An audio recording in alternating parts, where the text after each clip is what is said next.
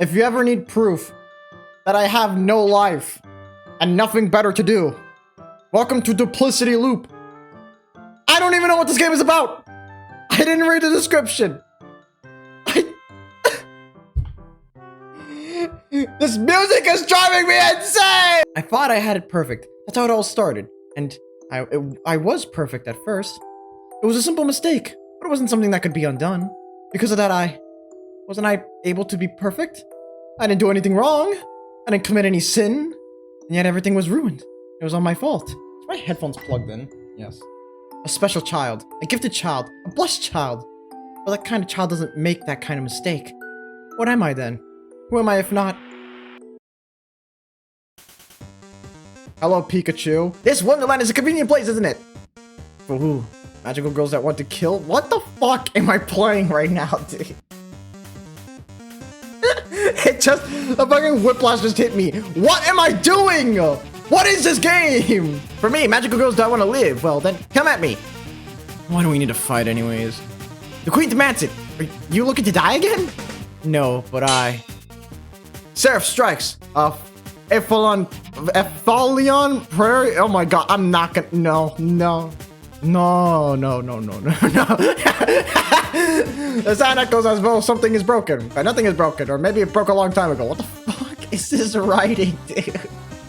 Did ChatGPT write this game? I don't want to fight. Then die. If the queen demands my death, then I don't want to serve. Then die.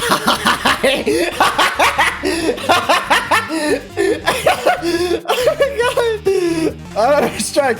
It really was broken a long time ago, wasn't it? Oh, but that makes the two girls pause. She was away from her comrade, no, her foe. New characters unlocked. For what? For what? Is this an RPG? The world before her seems like a fantasy. Pink bushes with pink leaves, a checkerboard floor with red, purple, and white. The sky is pink, as though God spilled strawberry over the heavens. It's a pastel color, far removed from the vibrant hues and self-set and firmly in range of child's drawing.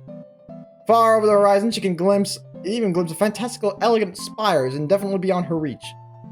The floor is hard beneath her feet as she steps forward towards the two girls who had been fighting until she approached. The blonde girl held a dagger in her hand, dressed in what seems like a school uniform. The dark-haired girl grips a scythe tightly. Her clothes are more fantastical, as though she's an actor in a dress rehearsal. Magical girls, a queen, is this a dream? I'm seeing before I die? Somehow magical girls seem like to be the only way to describe them. The phrase seems unfamiliar, as though she'd heard it long ago, though she has no memory of when or where. I wish it was a dream. A new one. I've immediately forgotten what voice I'd given her. Welcome to Wonderland! Wonderland? Except for looking... No, I need a more unique voice for the main character. Supposedly. Wonderland? I ain't except for a looking glass or follow my rabbit here. Did she step off a building? That's the nature of Wonderland! Wait, did he step off a building? It's a place filled with magic, where you can do whatever you please, so long as it serves the queen. It's a place filled with blood, where you can die for the sake of the queen. I didn't want to come here. What had she wanted then? She had a strong conviction before, but she has lost it now. Neither did I. It's way nicer than reality, don't you think? Here, fantasy is reality and reality is fiction. Are you insane? This is Wonderland after all. The beautiful hell you reach by throwing your life away. What else would I be? April turns to Ephalion. Surely not all is broken here. And you too? Do I have a choice? You can choose to die! No thanks. What about you? At least give me a minute before I decide. Are you going to serve the queen or not? Hi. She proceeded with a careful sex, a fox hunting its prey. Run, little rabbit! What is this game? They run and run and run. There's a thrill to it, to being chased after all. It implies that she's desired. But then again, the moment the predator loses interest, the prey loses value. I think I lost her. As they look around while catching their breath, they realize that the colored tiles have turned red, the purple long gone from sight. There are red chairs and tables scattered around empty. as if they were solely for the pleasure of ghosts. What was that? Oh, my clothes, they're different. She turns around, inspecting herself, as if she's newly made a stranger to her own body. God, the text is hard to read. I'm not dyslexic, it's just hard to read! Failing into a hellish wonderland, huh? Or falling, I mean, I did. She closes her eyes, remembering that moment. Starry sky, endless buildings, a world laid out before them that soon fell away. Cringe. In an instant, the world that had never paid them notice had become a world that rejected their existence. Goddamn. And yet, in an instant before they hit the ground, another world had accepted them. All she can remember is that very instant, the moments of scattering, the moment she died, a few scattered facts of her life, and nothing else. Maybe this is some kind of punishment? Was it really that wrong? I'm not supposed to be a sin against God and all that. There was no other way for me to get out, was there? Besides, if there are other people here, at least I'll have someone to talk to. I don't regret it. She regrets it. She feels as though she won't be able to continue on. She cannot help but look back and curse the past. The future will cease to exist, and she will pause forever. And so she has to accept her death. Perhaps this isn't true acceptance, but tolerance. Regardless, she must go on. Listen, all I'm saying is that when you die in real life, you're not coming back. Alright? If you never go into death thinking you're gonna come back, everything that you do in your life, you leave. You're never gonna return to it. Because, like, when you die, even if you go to heaven, even if you go to hell, you're not coming back to Earth. You're not gonna see humanity again. You're not gonna see the world, America, Brazil, Russia, France. All these words will lose meaning. All these nations will lose meaning. Right? It'll be gone. This is the only time you're going to see this world. The only time you're going to see its people, its cultures, its history, its world, everything.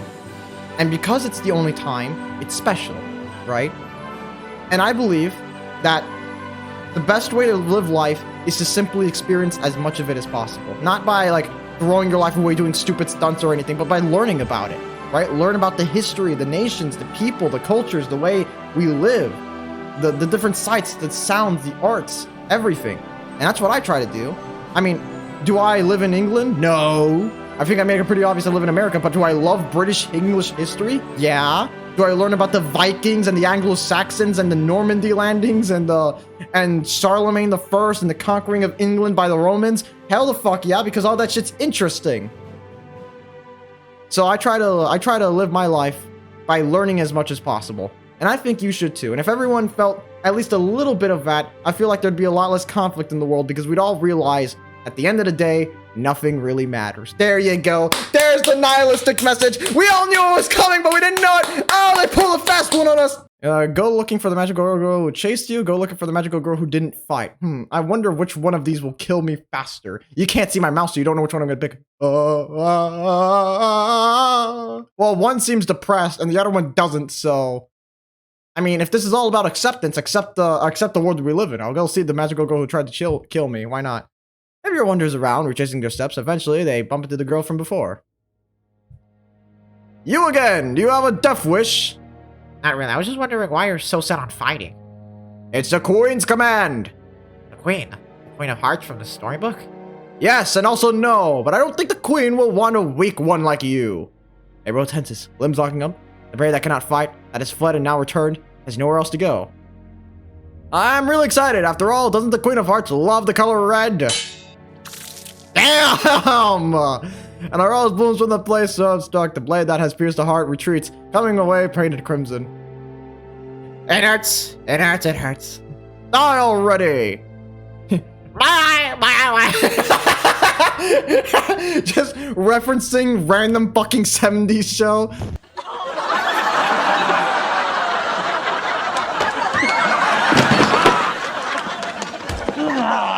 That's my eye! My eye. What did you expect? There's a rabbit trying to chase a fox. I'll try again. Well, if the main character wasn't a fucking pussy, this wouldn't be a thing. Oh my god, I didn't save. Oh my god, I gotta start the entire game all over again. Let's see, the furrow didn't want to fight.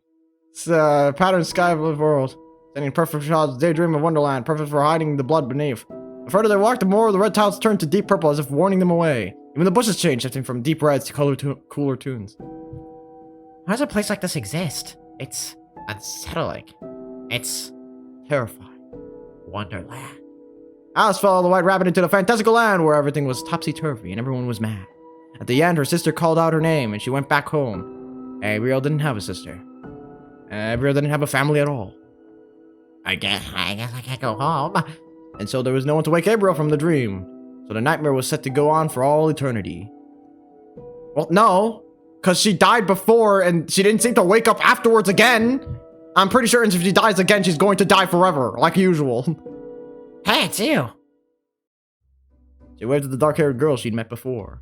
My fear is not that we're going to die. My fear is that I won't be a human again. My fear is that I won't be born in the greatest country in the world, America. USA, USA. That is my greatest fear. If we can figure out how to regrow someone, replant consciousness after they die, and they're born in the United States, God bless. She was the dark-haired girl she'd met before. Hi. It's good that you're okay. The other girl was really... I should be saying that about you. You're new. Do you even know how to summon your weapon? I don't know. Well, I believe in trial by fire. I'm defending my decision.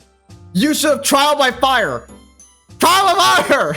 Hot coals! Streaming on that shit! Stroking it hot! No? Alright. Just focus on wanting to attack. It should come naturally. Well, that would have happened in the other path too if she wasn't such a pussy! What about your weapon? My scythe? Wow. You didn't notice it before, did you? Shouldn't we exchange names first? I'm Gabriel. Apholion. Nice to meet you, Folly. Apholion is pretty long. Anyway, your weapon? Right. Sorry, I have to constantly switch from not holding my nose to holding my nose. It's very... it takes like a second. They focus on the idea of attacking. Is it something that like that magical girl from before? What does it mean to attack? To hurt? To maim? To kill? Well, you just explained what it meant, dumbass. Why is it that magical girls are ordered to spill blood? What magical girl show are you watching? I've never seen one that spills blood. What is a magical girl in the first place? A girl that transforms into magic, I assumed.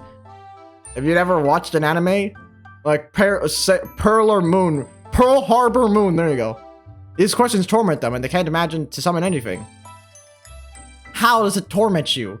I'm 14 and this is so deep. What does it mean to kill someone? I wonder what it could possibly mean. This is so deep and introspective. I'm not sure what to do. Just imagine stabbing someone through the heart. Damn, that's so easy to imagine. I had a dream I beat someone over the head with a hammer. This isn't... That's some shit you tell a therapist. I was forced to do it, first of all right? I'll make it very clear. It was a defensive measure. Just imagine stabbing someone through the heart. That's pretty dark. Why? Everyone came here because they tried to die. That makes it worse. Killing someone for a second time. I mean... If everyone came here because they were suicidal, I hardly doubt anyone want to kill someone else. I feel like... I don't feel like that would happen. I have to kill myself. Doesn't it make more sense to kill her? Besides, what is a magical girl? It sounds like something out of a fairy tale. She never watched an anime? Okay.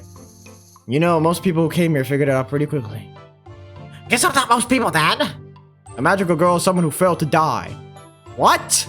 So not the definition we're using then, okay. In this wonderland, having avoided death, they are granted a new rule. That rule is... to kill their enemies. If you want to live, someone else has to die. For one person to be happy, another has to be sad. That's what the law of this place seems to be. And you disagree with that? Folly doesn't meet her eyes, as if concealing something. She didn't seem to show much emotion on her face, or in her voice. But there's something beneath that facade that Gabriel can guess at. You don't like to fight, do you? What if I don't? Why would anyone here want to? If you all are people who committed suicide, what the fuck were you fighting anyone for? Seems kind of like the opposite of what you would do. I don't care. I don't think I want to fight either. Besides, you're my friend. Your friend? So people who are suicidal just don't have friends? Everyone here is just a loner then? Fairly certain there are multiple people who kill themselves that had lots of friends. Yeah, I tried to teach you how to summon my weapon because you're worried about my safety, right? You could interpret it that way. If it's to keep herself, What? Oh, sorry. If it's to keep herself from someone else's sake, Gabriel holds out their hands. A bright light envelops their fingers, leaving a small weight behind. I dropped really a weapon here? You're a magical girl. Things are never as they seem. And is your stuff really for harvesting wheat? No. Has anyone ever told you that you're strange? I feel like they get that all the time. Damn. The music cut out. Even the music was like, wow. But if you know everyone comes here after wanting to kill themselves, I feel like you would have a base understanding of everyone who lives here. You know, like a basic underlying, I get where you're coming from or where you came from. And also, if you can die here again, what is stopping someone who killed themselves the first time from killing themselves again? Or is me restarting the game part of the game? Nobody ever told me that. But did she ever have friends before? She can't remember. And to have forgotten is the most painful memory of all. Oh, so is it the story that they can't remember their past lives? Because that's even more confusing. Ah, wait, no, that doesn't make any sense because they all know they can. Whatever, who fucking cares? Since we're friends, Folly, can you tell me more about everything, like the queens and why they're supposed to kill each other and... Alright, speaking of why we're supposed to kill each other. Pauline's voice halts. She gazes off into the distance. April follows her gaze. The girl marked the club symbol walks over in ensuing silence. My dear friend Folion, why has a heart entered our territory, defying the sacred border? Spade.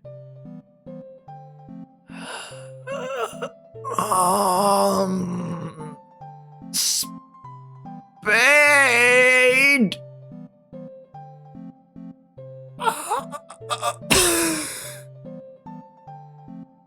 Heart.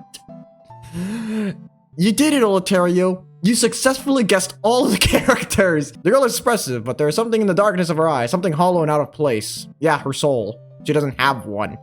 She reminds me of a pop singer on television, spouting lies for money and singing meaningless words. That is all singers. Every singer who has ever been famous has done that. You think most singers make their own songs? I'm fairly certain Michael Jackson didn't even make his own songs. Hold up, I'm thirsty, I'm going to drink water. You know the little things that, the hamster water feeders that have like the little blob of water at the end, like a tube and everything that like hamsters drink water out of? That's what I have in my room. I have a giant one of those water feeders on the wall. And every time I drink water, I go, oh. Okay. Have they hated pop singers that much? Or was it lies that they'd hated? My name's Ariel. I'm waiting for an explanation, dear Aphelion. Oh my god, it's so hard to remember these fucking names. Dantelier. She just wandered in here. She was going to explain why she should leave before you interrupted. And this is black territory, is it not obvious? Just look at the floor. The floor is purple, you dumb colorblind motherfucker, you stupid piece of shit. You should fucking kill yourself. Have you ever considered fucking killing yourself? So that's why the floor changed colors. Huh? I think you should leave now. Why? You're a red suit. Wear black suits. It's more forbidden than couplet amongst Montagues. Oh, like how Folly has spades on her outfit and I have hearts, and you have clubs? So we're supposed to fight each other if we're different colors? For the queen. Queen of hearts? Queen of spades, of course. Abby doesn't remember a queen of spades. As much as Wonderland doesn't make sense, she'd hope that it had some reasoning to it. And if it doesn't follow the storybook, what kind of Wonderland is it? That kind of character didn't exist in the story, though. Alice didn't die to get to Wonderland, either. Why would you hold it to those standards? Well, if it's called Wonderland, shouldn't there be white rabbits, Cheshire cats, and Mad Hatters? Shouldn't there have been something Abriel can understand about? You brought in a naive one, Folly. I suppose it's ineludible. What the fuck is that word? This game has like the most basic writing, and then they'll fucking throw this shit at me. Then Taylor twists her hand in microphone and materializes. What? Microphone materializes. She waves it casually. Casually, as though the weight of taking life is trifle. Perhaps it is. Everyone here has already killed one person themselves. There is no need to hesitate once the first blood is spilled. And yet, after one murder, shouldn't the second be all the more difficult, knowing the weight it holds? Microphone transforms into a torch as she holds it aloft. Fire spills out of his wake, as well the microphone has sundered reality and called forth otherworldly flames. Abriel suspects, but it is a Folian scythe that protects her from the blast, not her timid attempt at evasion. Folly? I'm fine. Are you betraying the queen? Not at all. I just don't like to see fighting when it's right in front of me. Folian strikes back. The other magical girl dodges it. Dude, I have no clue what's going on. Abriel looks more like a choreographed dance in a battle. But she mustn't forget, if either of them slip up, one of them will die. Ariel calls forth her drums. This is why she wants to fight for Aphelian's sake. For the sake of magical girl that fights only in defense. Fight! Ariel bangs on the drums once, twice. The sound, rich and powerful, seems to shimmer. Aphelian's moves speed up as though the drum beats are granting her strength. It's power. You should be working with me, not with someone who bears the standards of our enemies!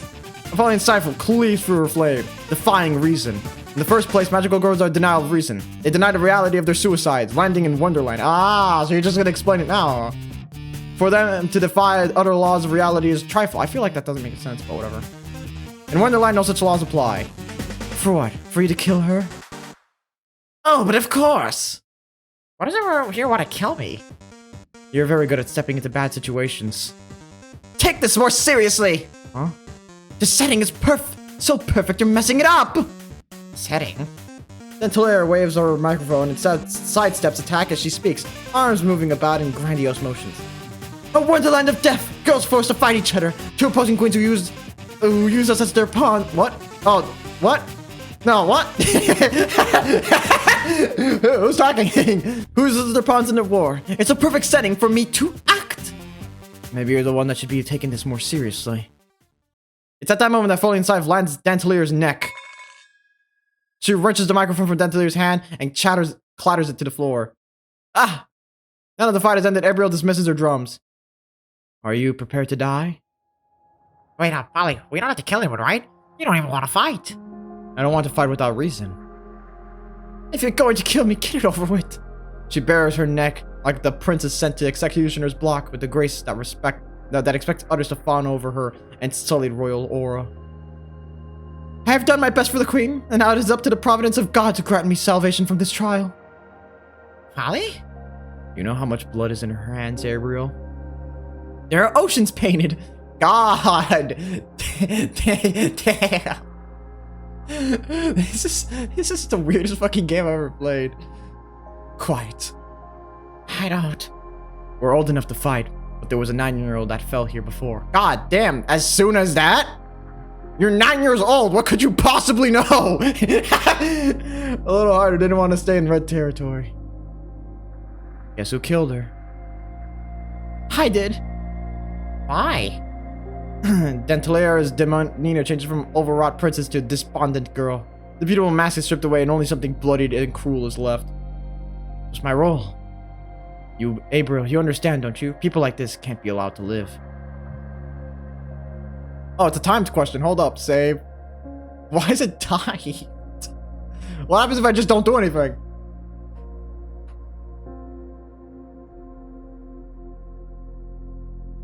Thank you, Ariel. What?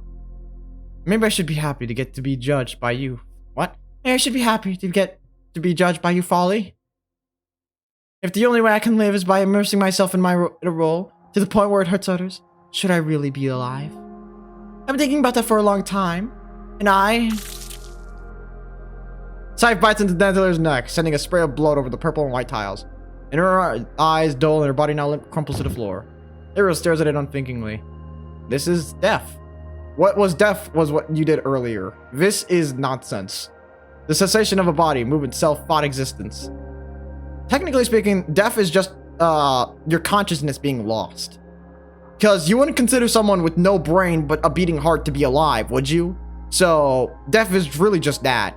You can lose all your body parts, but as long as your consciousness is still alive, I still think you're alive, to some degree. A cessation of body movement cells in existence. The end of one's lines, where one must exit the stage, never to be called for an encore. Let's go. Yet Aphelian hasn't changed, even with the blood dripping from her scythe. What? Okay, I guess we did that. Wonderland is huge. You seem upset. How would someone die? I think it's fair. If you had taken the burden of what would happen next. I couldn't. She had been scarred. What? Scared. Scarred and scared. Everybody. Scared to accept that something was her fault. She is spotless, blameless, and to be anything else is to be worthless. I am the one who killed her. The blood is on my hands. And if she had done something better in the future, I'm the one who killed that possibility, not you. Right. I didn't do anything wrong. No, this is not the this is not the message you should be taking away from this. The man- Oh my god! You're feeding into her delusions! This is where I arrived in Wonderland. If you continue east, you'll arrive at the Red Territory. You are coming with me? Not if you go there. Then I won't go. They don't want to be alone. We can't stay in Black Territory, though. Let's just stay here. On the border?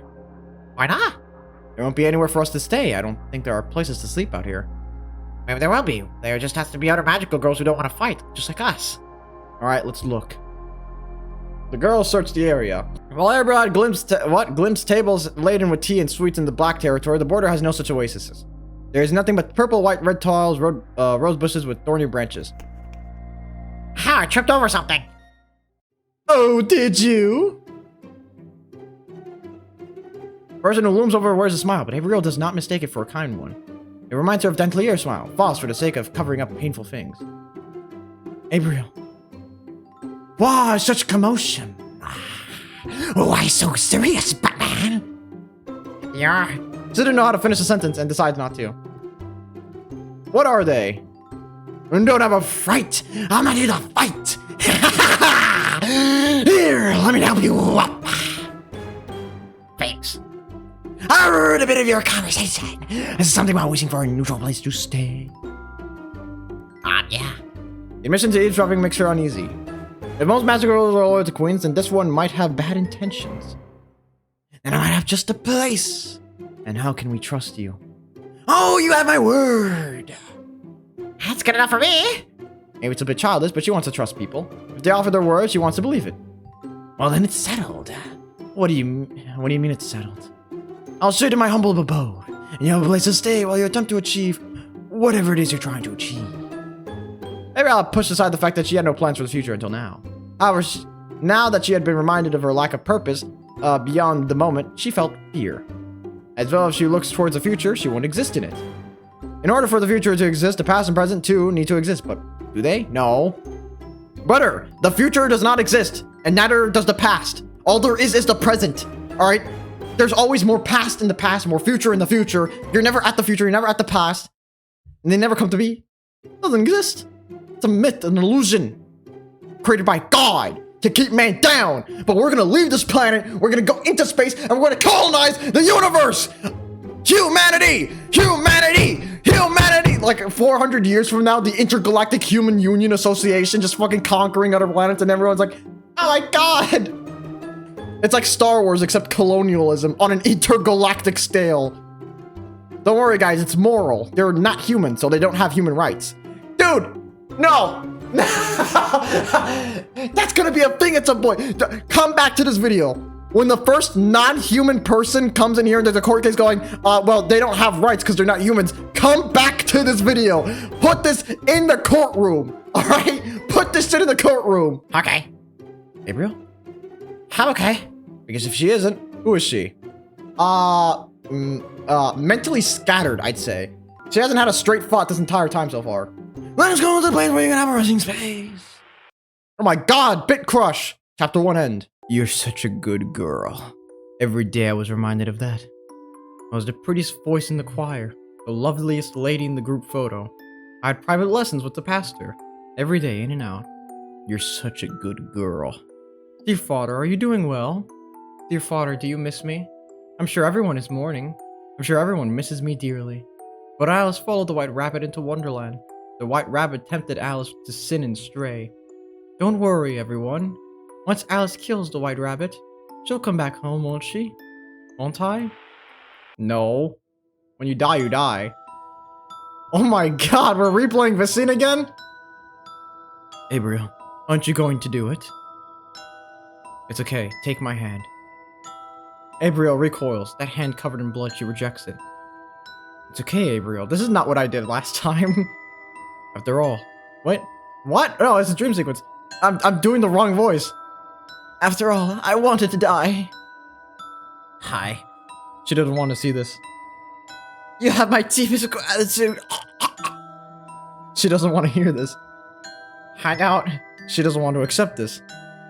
Helen does. I didn't want to understand. Some people have to die, but... She didn't want to watch them die in front of her. She didn't want to be splattered in blood.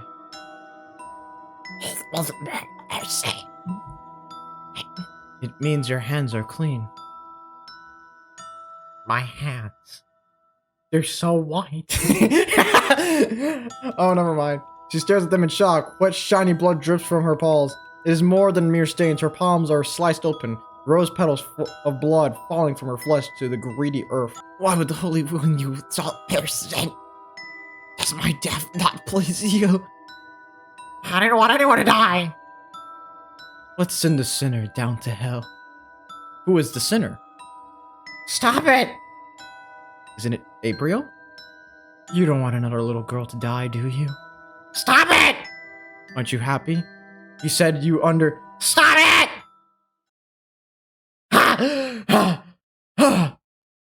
Oh my god. It's just a dream. That's okay. But Dantelier is still dead. With whom does the blood lie? By whose degree was she executed? Dreams don't have any meaning. They have a little bit of meaning. Is that so? They'd been offered a room in the Joker's house to sleep in. Apparently, the lack of privacy is part of the rental fee.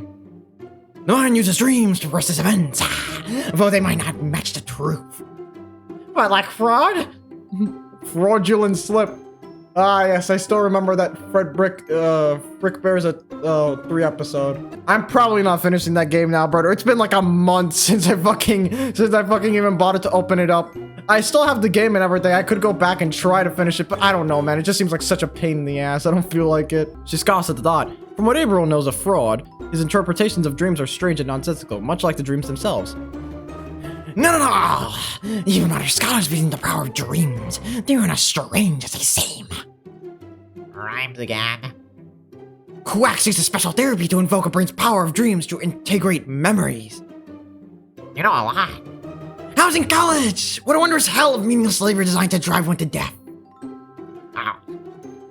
What's that a dream? Does your mind deem important? How wasn't anything important, just... They hadn't done anything wrong. Of course they hadn't done anything. They learned fucking nothing! We learned nothing in this game! Yeah, let Aphelion do what she wanted. Hadn't they? Y'all gotta learn to shut the fuck up, man. I get it. Inaction is in of itself an action.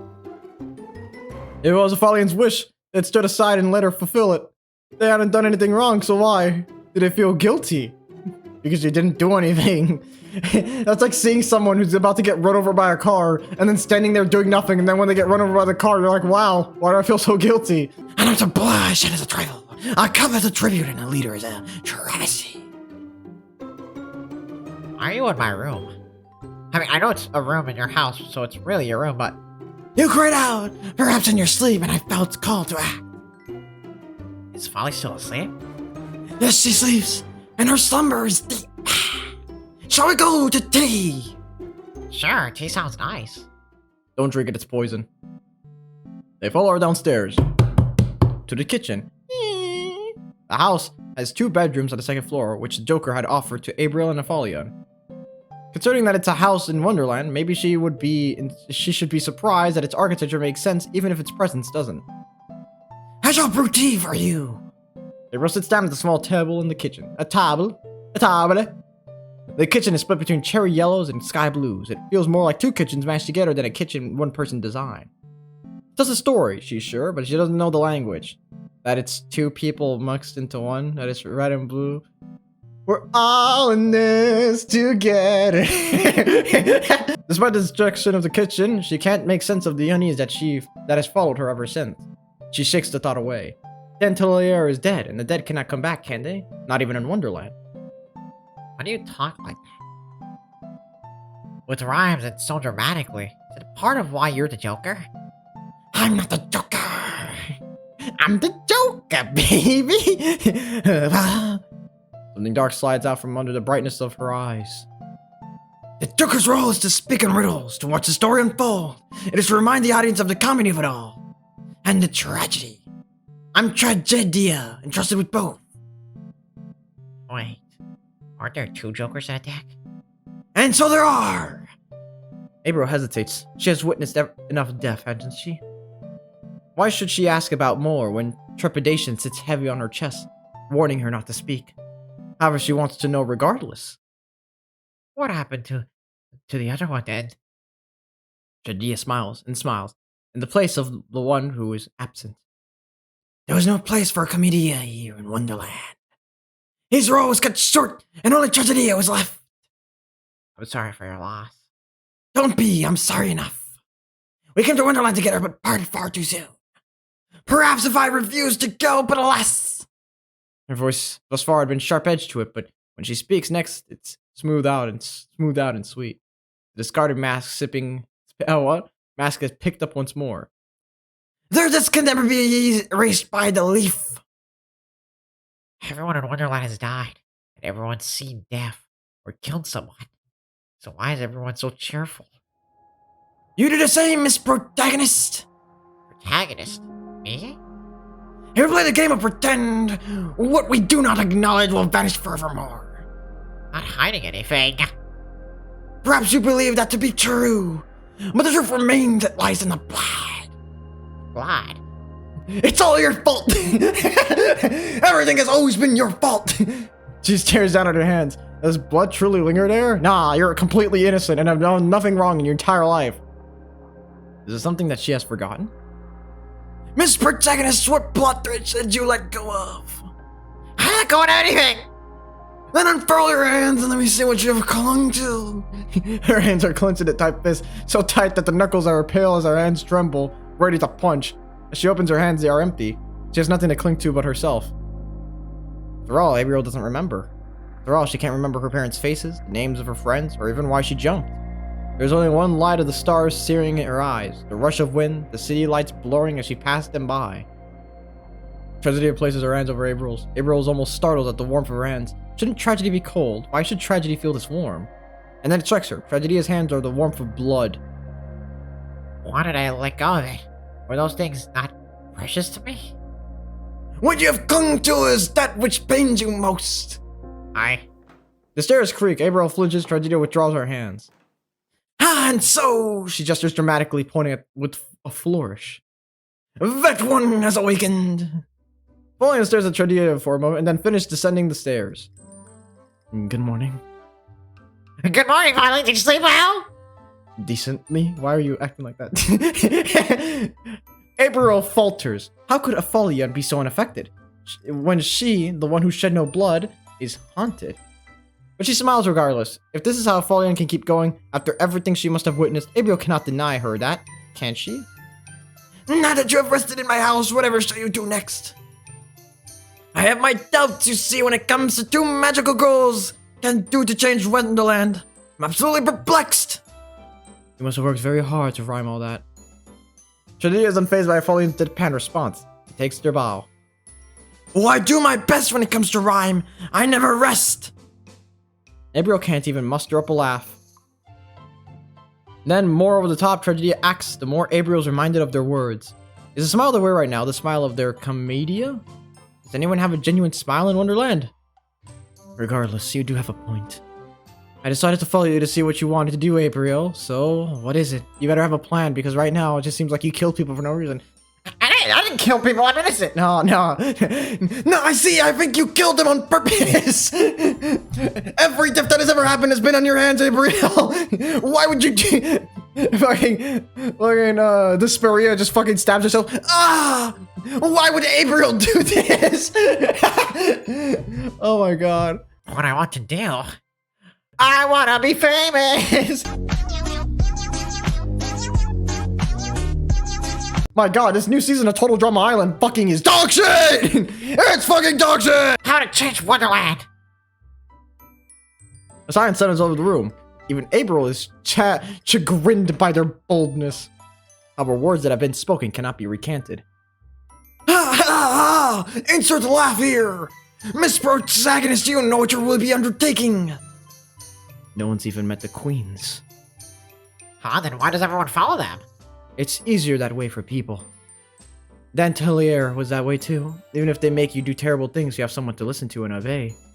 A distant queen is easier to please than the people around you. Quite correct! It's an unfortunate human defect. Rather than something you can touch, people desire something untouchable. A queen, a god.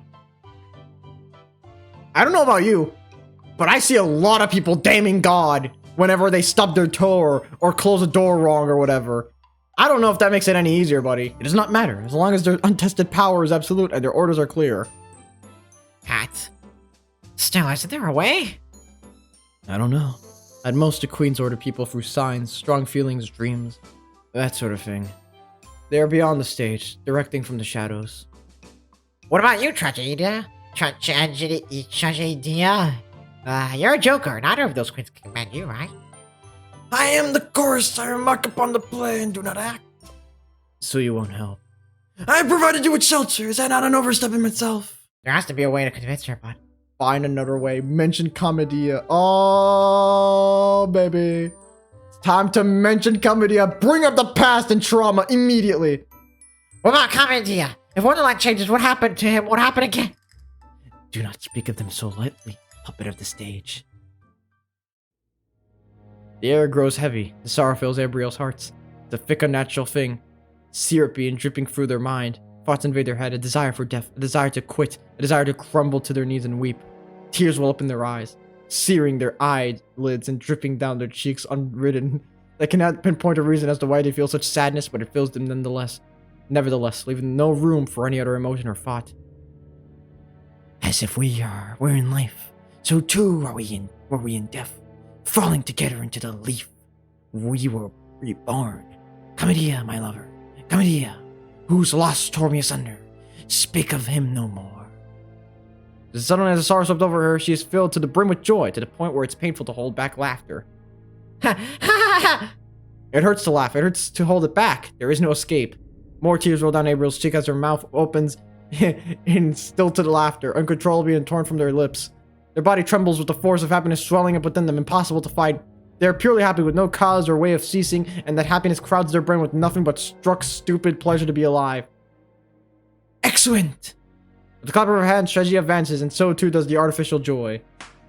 Released from the false emotions, Abriel finds her body still shuddering, even as her mind is empty and numb. She is not sure how to feel, not that the stage directions have been removed. Aphelion has fared no better. She is frozen in place, tears rolling down her cheeks as she barks out one last laugh. That was... Sorry. You meant well, but it's never a good idea to remind someone of their losses when trying to convince them to do something for you. Yeah, at least I learned something from this. We know not, I believe. For one, we learned about her powers. You mean the way she changed our emotions? Yes. I guess that would be pretty tough in a fight. Regardless, we still have to decide what to do, Abriel. I was serious about changing Wonderland, though. All this fighting seemed so senseless. Just as Alice found Wonderland to be a place lacking all common sense, so too did Abriel. What was the purpose of fighting if it was nothing more than bloodshed and death for the sake of distant queens who never fought themselves? Why did a queen command the girls to fight each other? Abriel couldn't understand and thus deemed it meaningless and foolish. Can't we stop it, Folly? There might be a way. Really? You thought of something? We kill everyone. Then the fighting will stop. That's, It's not what you want, no? killing everyone is the opposite of what I want, Folly. I mean, don't get me wrong. You would make a great German leader in the years of 1940 to 1945, but I'll be fucking honest with you, I do not want you in a domestic situation right now. Like, you're just terrible. Like no compromise, no, maybe we can burn going to just immediate fucking murder, dude. You didn't even stop to think. But if you refuse to fight and sacrifice others for your goal, you won't be able to achieve it. There has never been a bloodless revolution. I'm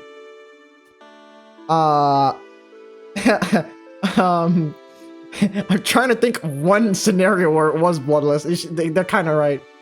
There have been no bloodless, no been solutions. What? Okay. Let's continue. For a revolution without anyone isn't a revolution at all. That's like the French Revolution. You kill 1 million people, you have 1 million less people, idiot. What do you want to do then? Can we Steven Universe this? No, we cannot fucking Steven Universe. Why the fuck would you even think that? Maybe we can talk to the queens. How? I don't know. But I don't want Wonderland to be pristine solely because all the people within it have been cold. Dantelier was killed as a mercy. That is mercy, they will be merciless. But maybe someone will. Like the Joker? Her name's Tragedia. I think she's been through a lot. She lost someone important to her and has to watch all this fighting. Everyone in Wonderland is either mad from the start, goes mad, or dies. I think she's the first one. Really? They don't bother trying to dispute that everyone here is mad. They know that already. In Wonderland, madness is reason, and reason is madness. Through the looking glass, everything is topsy-turvy. The white roses are painted red with blood of the queen, who loves red, and red roses are plucked for tea time. What the fuck did that last sentence mean? I'm sorry, I never read or watched Alice in Wonderland. I have no fucking clue what any of this means. She's a joker. She doesn't want to fall into the suit system. What determines suit and number anyway? We're both aces, but I'm a heart and you're a spade. It's determined by the season you die in. Hearts and diamonds died in spring and autumn. Spades and clubs died in winter and summer. When I died in spring, you died in winter, so you've been here for a few months? Precisely. And double suicides would at least be in the same sign. That sounds horrible. Yeah, I don't know why you would bring that up. Huh? If I died with someone, I'd want to be as far away as possible from them in the next life. God damn, brother! Double suicide is a nice way to say murder-suicide. Pretty much, technically speaking, suicide is murder in a sense. Rats. Tragedia has implied that she and Comedia had come to Wonderland together, a double suicide. Is Tragedia a murderer, having killed Comedia in one world and thus bringing him to another in which he died for good? And yet Tragedia had seemed genuine when she'd spoken of them. She had been defensive of her lost loved one's memories, to the point where they were mere mention that could sully had been quashed with excessive force. Oh my god, it's hard to read some of these. You dragged someone down to hell with you, so why would you want to stay with them after that? Maybe hell was better than the alternative? Maybe. Never been to heaven, so I wouldn't know. Is this hell? I wouldn't know that either. We sinned against God by committing suicide, and again by killing each other here. Ah, you're the religious type. That's not necessarily like one religion or another, or even just religious. That's just common knowledge at this point. Everyone knows that murder is bad, and that murder is against like every religion. Every religion on earth agrees murder is bad. Aren't you? I'm sure God exists, but he's been too cruel for me to forgive. Why worship a God that condemns me? Why approach him like a lamb to the slaughter? Maybe something was for the greater good. Tell that to every fucking person, every Jewish person in World War II. Remember, guys, your suffering was for the greater good. Had to been. Otherwise, why? What about everyone here? What about Dantelier? What about that little heart? Was it all for his sake? It's different. So it's okay if it's me, but no one else deserves to suffer? Brother, you are in hell, alright? You're going to be biased in this scenario because everyone around you committed the same problem as you, alright? This is not the place for a neutral opinion. What people do not understand falls under two categories, that which is holy and that which is sinful. Holiness must not be questioned, and so injustice stands, even if everyone's eyes are unobstructed by blindfolds. Who the fuck ever told you that? Is this the medieval ages? No one fucking thinks that anymore. Maybe if this was the fucking 1800s with the French Huguenots, maybe that would be true. Sinfulness must not be questioned, and so injustice is squashed, even if everyone can hear their cries for help. Have you ever been to New York? Is Wonderland holy or is it sinful? They are not taught to question it, and yet it is now thrust in their face. Considering the fact that there are people here who do not want to murder other people, it is neither, alright? It is a mix of both, like everywhere else. It's... What is the unshaped and invisible divine compared to a girl's sorrow? What? What the fuck does that mean? What are unchallenged, unspoken assumptions when their ugliness is brought to light? I don't know what the fuck they're going on about anymore. I lost the plot. That's... Folian is dear to her, but Folian has suffered. What is faith in God supposed to grant that the believers, if not a sense of purpose and security that Folian has been denied? What is God to those who he has not been kind to? Should she cling to God regardless? Chauvinistic and willfully blind? It's what, Abriel? What is God to those he has not been kind to? Should she cling to God regardless? What? You already said this. It's what, Abriel? She cannot remember her parents' faces, but she can remember the words of sermons. She cannot remember her friends' names, but she can remember the name of saints. She cannot remember why she jumped, but she can remember that it was a sin. It's wrong. The words feel sharp in her mouth, as though they slice through her throat and her skin and her lips on the way out. The God I believe in isn't the kind of God that would let people suffer. Maybe that God doesn't exist. I don't know. But none of us deserve to be here. None of us deserve to kill or be killed. Kill or be killed! No, fuck off, Flowey! This is not Undertale! God damn it, why would you bring that up? None of us should felt like there was nothing left for us but to die. But here we are, in Undertale. No! Toby Fox's Undertale is hell confirmed. We are Duplicity Loop! Why did you believe so strongly? What sort of life did you lead? I can't remember. I mean, I remember dying, obviously, but I can't remember what else. I used to think to go to church a lot. I'm the same. What? I can't remember much about my life either. Is everyone in Wonderland like that? I don't think so. No one else has mentioned it at least.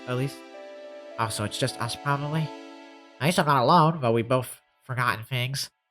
Or something painful that was left behind. Yeah. I'm sorry. For what? You're upset when I killed Antelia in front of you. I don't regret killing her, but maybe doing it in front of you was a bit too much. That is exactly what you want to hear. I don't regret doing a bad thing. I just regret that I got caught. Oh my god. Minnesota law. Minnesota law. You seem innocent, Abriel. It's terrifying. I want to destroy it. My innocence? Somehow they aren't scared. If only it is the girl who held in the memory of a lost little girl and took vengeance for her sake, after all. Abriel holds out her hands, palms turned up. Am I though? I hope you kill her. No! I thought we all agreed that you were blameless and that nothing was ever your fault! I fucking love this story. You did! You're not! Everything is your fault! I am. I guess I'm not. She shudders. Denying her innocence is like denying herself. If she is not innocent, then who is she? You're Abriel, alright? I thought we all knew that. Problem solved! Let's continue onwards. Her identity had been nebulous from the start, but it grows weaker by the day. If it grows too faint, will she simply disappear from Wonderland?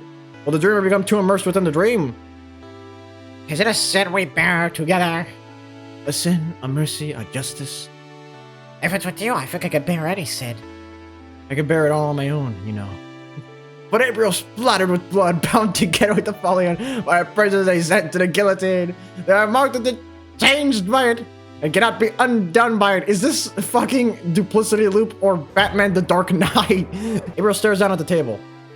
I bet the tea's gone cold by now. Tea? Trinity have me tea. We can reheat it. Oh, I didn't think of that. Evelyn casts her eyes over the room before settling on a teapot and 2 mugs that have been out. Pour tea into the mugs and then bring them over to the table. It's still warm. Abriel takes a sip, making a face of the bitterness before her eyes widen with shock. Oh, it is bitter. And here's the sugar. Evelyn watches Abriel happily adds 5 sugar cubes to her mug. The sugar is pure white, shaped like hearts and spades and clubs and diamonds, dissolve easily in the hot tea. You're ruining a perfectly good English breakfast. Is this what English people eat for breakfast? Things on toast! We take pictures and bloody. I can see why she killed herself now. Honestly, if I lived in England, I'd do the fucking same thing. This entire game fucking makes sense now because everyone in London is a dickhead! That's what this tea is called. Oh, yeah, I didn't know that. You're really smart, Folly. Oh, never mind. You know, they ruined it. I thought for a second the story made sense. It doesn't make sense anymore. It can't take place in America because America is the greatest country in the world, known to man. It's better than every other country in the world. All countries are inferior to American culture. American culture is supreme, all right? So this can't possibly take place in America. Well, I only had one job. Hey, I know that. You're really smart, Folly. Oh my god, you said one unique thing. You're the most intelligent person I've ever seen in my entire life. Thanks. After this. I think we should try asking other magical girls instead of asking Tragedia again. Abriel winces. Your chance of convincing Tragedia to help them, given how the last of them gone, were negligible. Tragedia would likely be angry at Abriel for a while. She had to taken something personal to them and tried to use it to manipulate them, however clumsy the attempt may have been. That sounds like a good idea. It's all we got anyways. For now, let's enjoy the tea. How can you enjoy it without any sugar? When something is bitter, you taste its flavors more. But if it's not sweet, do these flavors even taste good? The sweetness can hide the flavors entirely, though. Abriel scowls and takes a sip. It makes a face again. Hey, yo, why is she saying that out loud? Why are you doing this to me? Asterisk sips tea and strokes cock. Asterisk. Asterisk jerks you off, asterisk. Maybe you're right. Maybe. Napoleon cracks a tiny smile, the first Abriel has seen from her. I am sometimes. Abriel tries to take another sip of tea, but it's too sweet and she can't stomach it. Here, let me take it. Napoleon takes the mug and pours 2 sugary waste in the sink before filling it with fresh tea. This time, taste test after every sugar cube. Okay. They add cubes one by one and take a sip every time. They stop only after 3 sugar cubes. There you go. Napoleon had said it before that they wanted to help ruin Abriel's innocence, but you can also be gentle like this? You're really kind, Folly. Me? Kind? Yeah. I'm not like that. Why not? You're kind to me. What do you think I did before you came here? I don't know. When I first met you, you were refusing to fight someone. But now she knows that Aphelion has been here for several months. She had refused to fight for all that time, fighting only in self-defense. And one Diamond had been angry at Abriel for not fighting simply because of confusion. Wouldn't Aphelion's own comrades, including Dantelier, have shunned her for not fighting? I used to be a good soldier for the Queen. Back then, I only wanted to fit in no matter what. There are so many magical girls here in Wonderland that it just seemed natural to follow along with everyone.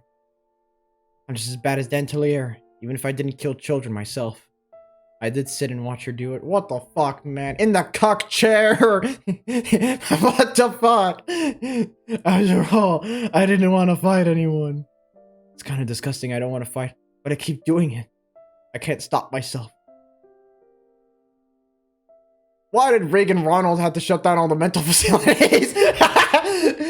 Dude, we can't keep bringing back this joke. We're gonna run out of jokes at this rate. Those last words are murmured quietly, almost unwittingly. It reminds Abriel of a confession made in the booth to the priest and to the divine. It implores the listener to lift the curse upon them, to bring them salvation from haunting an evil spirit, the devil giving them compulsion. It's to stop the fighting. In the end, it doesn't even matter. Right. Her fingers clench tightly around the handle of her mug. I don't want to fight, but I can't forgive the people who fought, so I keep fighting. Ha! Ha! Ha! But at least I was able to protect you. Do you want an emerald or some shit? You keep looking at me over there. Why are you crossing your arms like that? Ha! Emerald. And at least I was able to protect you because of it. She wonders if Aphelion helped her because they're alike, bereft of memory, wary of combat. Maybe Aphelion sensed that they were two of the same kind. Yeah. But was Abra only worthy of saving because she was pure? Is she still worthy of saving now? Or is she now stained as Dantelier? How about you do this? How about you learn from your experiences and vow to be better? Which is the only thing you can do in this scenario. If things had been different, would she have been able to drink tea with Dantelier like this? Dantelier was pressured by Aphelion. What? Dantelier was pressured like Aphelion was, even if she crossed a line while Aphelion had not. Isn't there a world where they all drink tea together, able to understand each other? She murdered a 9-year-old! Isn't there a world where we can forgive the pedophiles? Come on, guys! Let's give Mini Lad another chance! Fuck off! You're lucky enough to believe things like God. Maybe I'm jealous of that. I want to ruin you with blood and heresy. That's a very odd thing to say. See? Not a good person.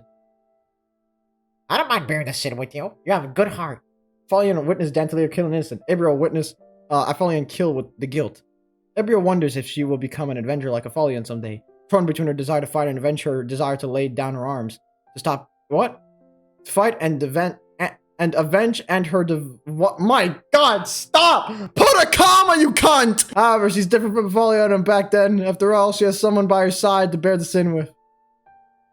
I don't mind sharing the sin with you either, Abriel.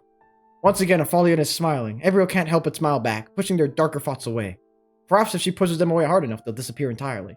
If they lie in the blood, she will scrub the blood off to protect that smile. Chapter 2, End. Was that chapter short? No, that chapter was around the same length as the last one, wasn't it? I guess just less things happened in it. Oh god, not this shit again. I wanted to be a good girl no matter what. I kept every secret the adults told me. I told every secret the other children entrusted me with. God knows everything anyway, doesn't he? Always watching, always. If you kept a secret, if you told a lie, wouldn't God know? Tell all the adults and have them punish you for your sins? So why did she get away with it? Why didn't anyone know? Why didn't anyone punish her? She was the one meant to be punished, so why was I the only one punished? I'm the perfect one. She's just the trash I had the mercy to be nice to. In chess, there's the worthless pawns that die for the holy king, and the queens that strike down all of the lord's enemies. Somehow that worthless pawn became the queen. I'm going to kill her. I'm gonna make her repent. Because good girls make sure bad girls are punished. What the fuck is going on? By the way, I didn't mention this last episode, but God gave you... Alright, if you believe in Christianity, then you know God gave you the free will, right? And I don't really think that in terms of the New Testament, I'm not quite sure if it's clear or not, because I'm fairly certain God died for our...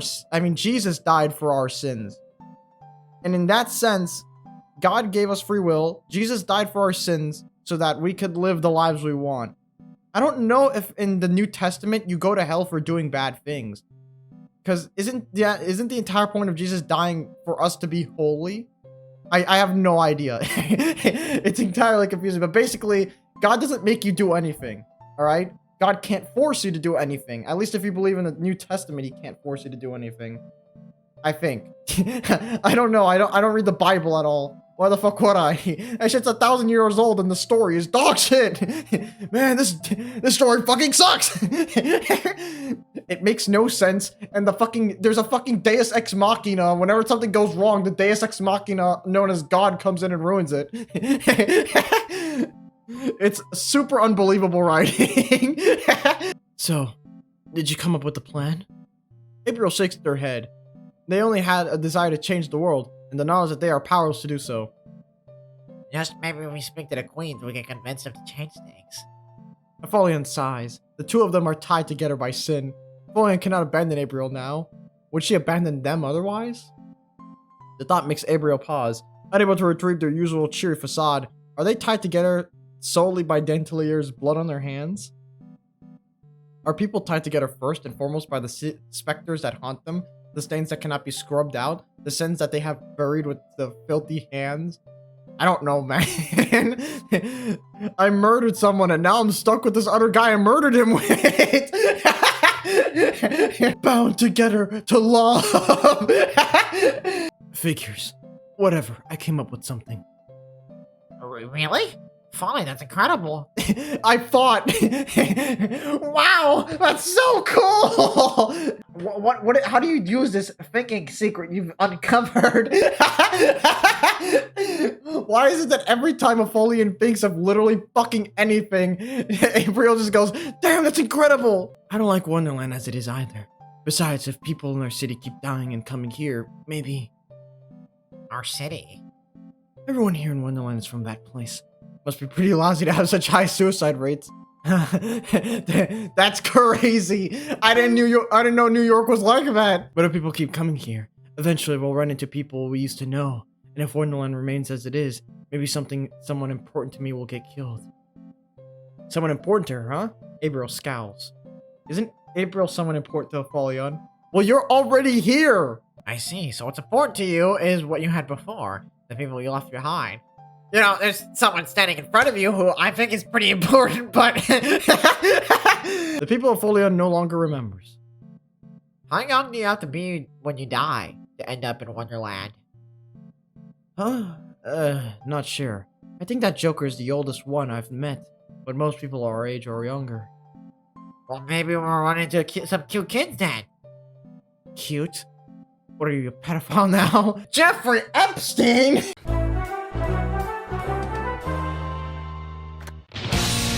Children come to Wonderland to die. They don't come here to drink tea and play with white rabbits. That's why people like Dantelier need to be executed. Right, but it's still... You need to harden your heart. But I don't like watching people die! Then you can close your eyes and let me take care of it. That way you'll be completely blameless and never do anything wrong, ever. These are two of the worst fucking people put together in the same room, making each other worse. Maybe. The fuck you mean, maybe? Maybe I should just let someone murder everybody else with no consequences. In front of the judgment of God, humans must close their eyes, for the divine will overtake and overwrite their frail existences. Perhaps Aphelion is someone like that, an angel with the fragment of that holy light that a human like Abram must shut their eyes to. What kind of god are you people living under that actively partakes in whatever humanity does? God doesn't do shit! I pray to him every day for a Lamborghini and I haven't gotten anything! The two continue to walk in silence. What? The two continue walking in silence. They are close and yet distant. It is a distance Abriel is unsure of how to bridge. Everyone wants a past that'll save everyone. Like a fairy tale or Undertale, like a children's storybook, like the miracles of God. God doesn't do miracles? What? All I know... You know what? I can't say that. I can't say that. My old Sonic video got taken down because I made a joke like that. I can't. Not Sonic Unleashed, by the way. Sonic Generations. The old fucking Let's Play.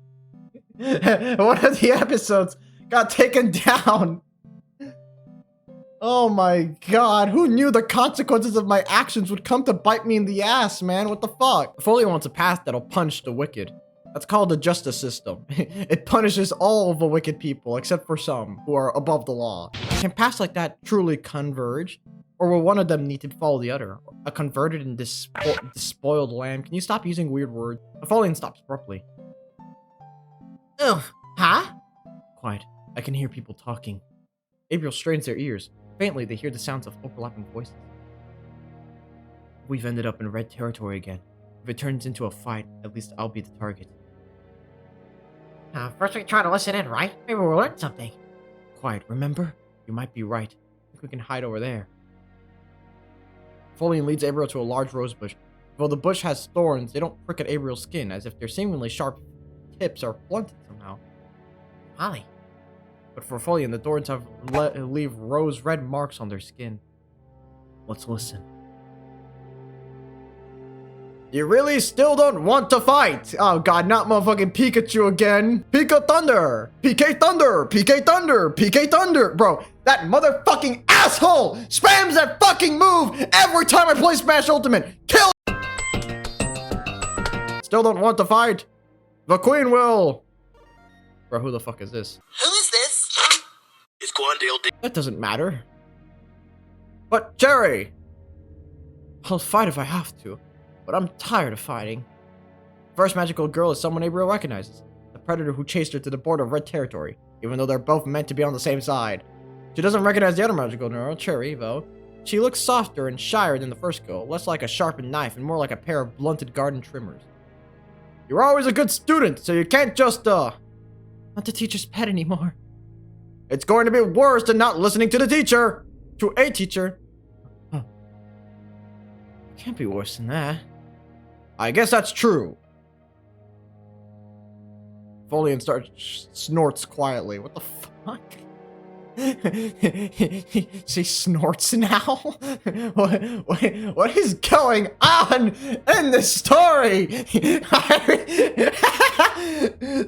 Details is being brought up 5 hours into the game. Everyone is obsessed with obeying the Queen's orders.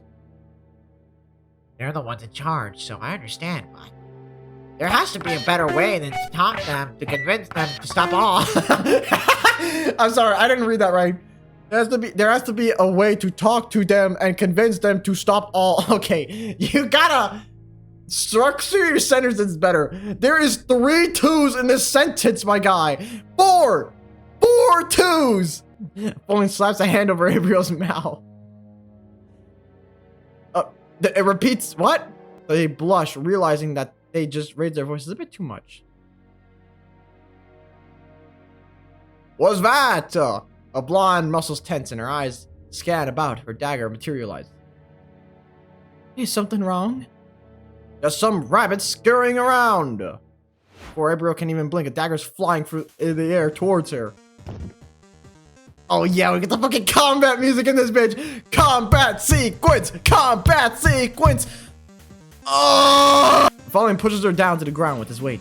He's not much heavier than Abriel now. The weight is almost comforting. It reminds Abriel in her shock that she's still alive.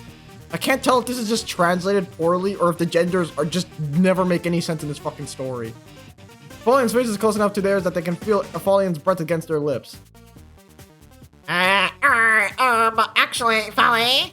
Shh! Abriel's lips quiver silently. They don't speak again. Let's be quiet. See if they move on. It's an uncomfortably close position. Maybe the discomfort is from how it doesn't feel wrong to be like this. It's uncomfortable to be less like a pinned down prey and far more like a willing participant. What the fuck are you talking about? I feel like the conversation just steers in a weird direction every 5 seconds. You're always so quick to start fights. You're always too slow to start them. That's why we're perfect partners, isn't it? We balance each other out. Yup. So are you going to come out now? What do we do? You have to fight, of course. Everyone would rather hide here forever, but if they did that, nothing would change. And besides, maybe it won't come to that. Seraph comes a lot about... What? Cares a lot about Cherry, at least. Maybe they can talk it out. You're thinking of something very overly optimistic again, aren't you? We can't run or hide anyway. Pauline stands up, scythe summoned in her hand. What a reckless diamond. Abriel stands up too, taking a moment to brush off dirt before she summons her drums. A little rabbit that ran away and the lamb that's returned to the slaughter. Treachery suits both of you, huh? There's no need to fight. We're both red suits, right? Right? That's only if you're a good, loyal one. So the bad ones have to get punished. Not you, Cherry. I'll kill more than enough for the both of us. Her dagger returns to her hand in a flash of golden magic. I've always been an overachiever. I appreciate it, but I'm the one that outdid you first, remember? The other magical girl's weapon materializes. Syrup honey drips from the end of the oversized stick. Just like Abriel's drum, her weapon isn't a weapon in the traditional sense. Maybe it's a trait in that all hearts share. Hey, all right then. Let's see who gets these ones first. Cherry, you said you didn't want to fight. You were eavesdropping. You were being loud. We couldn't help but over. He's like, Pauline's like slowly morphing into Shadow the Hedgehog. It's hard. I can't do that many voices, man, and I don't have any idea what these characters' personalities are, so I can't do a proper voice for them. You were being loud. We couldn't help but overhear. Fighting for the sake of the queen is one thing, but fighting for Seraph is another. Seraph flies towards, forward, closing the large gap between her and Folion. The tiny dagger slings against a larger scythe, and she jumps back, a wild grin on her face. Her teeth are sharp like an animal's fangs.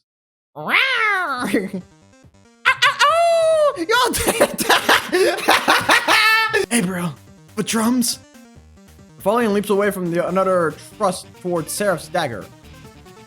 Brum bum bum bum brum bum bum bum brum bum brum bum brum bum bum bum. Right, I'm on it. No, you're not. Huh? Seraph swings her stick in a horizontal arc, flinging a glob of honey in Abriel's direction. They're too surprised to duck out of the way. The drums.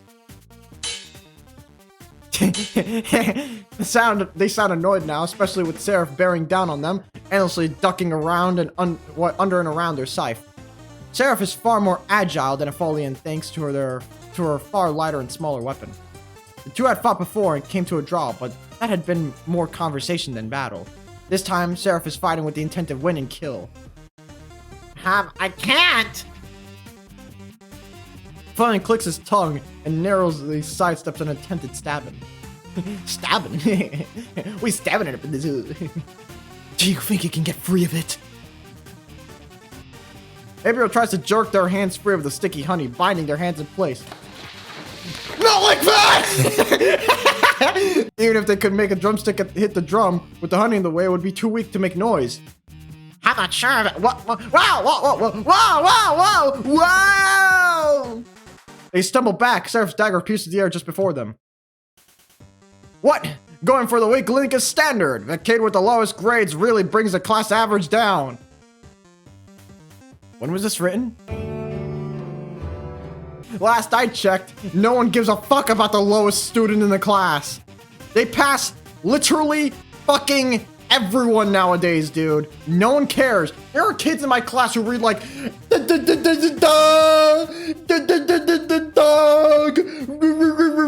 like, you think my reading is bad? There are motherfuckers out there who stutter on every single word. Don't touch them. I won't let them. They don't want a Foliant to have to worry about them and risk being distracted enough to get hurt. Whoa! I'm gonna try to get unstuck from the honey. If everyone can't use their drums, the Foliant is fighting against 2 people all on their own. They can't let that happen. Seraph gracefully rolls out the way just before Cherry lobs honey at Foliant's direction. She rotates her scythe so that the honey hits the flat side. It sticks to the blade, but it doesn't immobilize any of her limbs. Sorry, I missed. Don't worry about it. You'll get her next time. They seem even closer than Abriel and Foliant are. Abriel almost envies them for how well they worked. Almost seeing a Foliant won't lose them. What? I can't fucking read. Abriel tries again to wrench their hands free. The honey is sticky. It doesn't have much give. The more she tries to pull her hands away, the more it clings to her skin.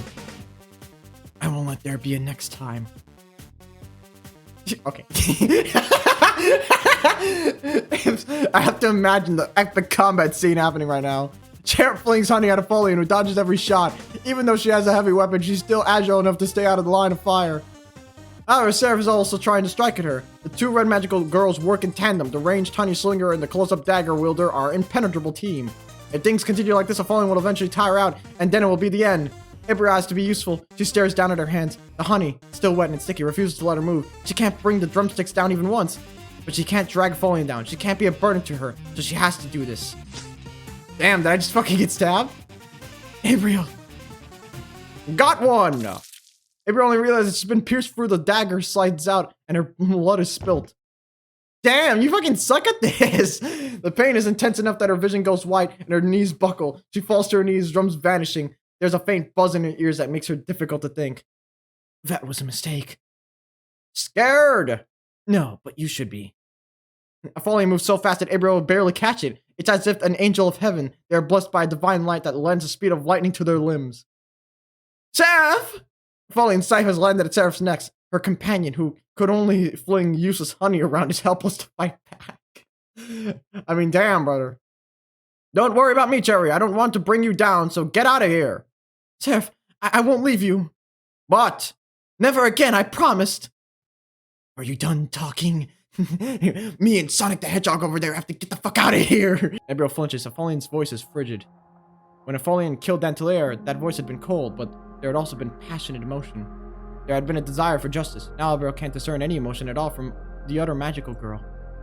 So, what do you want? Tell me everything you know about the Queen of Hearts. Even now, Foliant wants to fix Wonderland somehow. That thought eases Abriel's worries. The girl that doesn't want to fight is fighting for the sake of that peaceful Wonderland.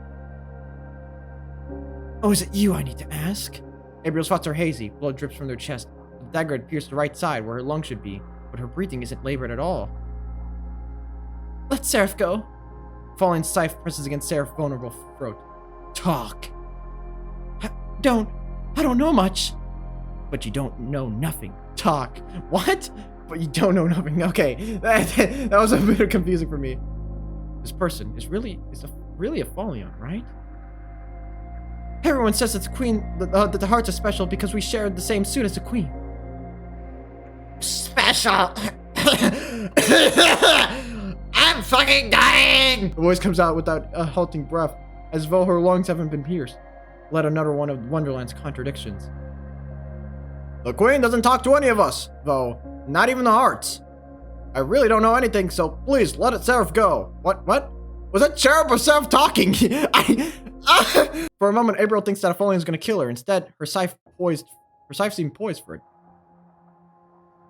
Please, let her go, Folly. I don't want to fight, right?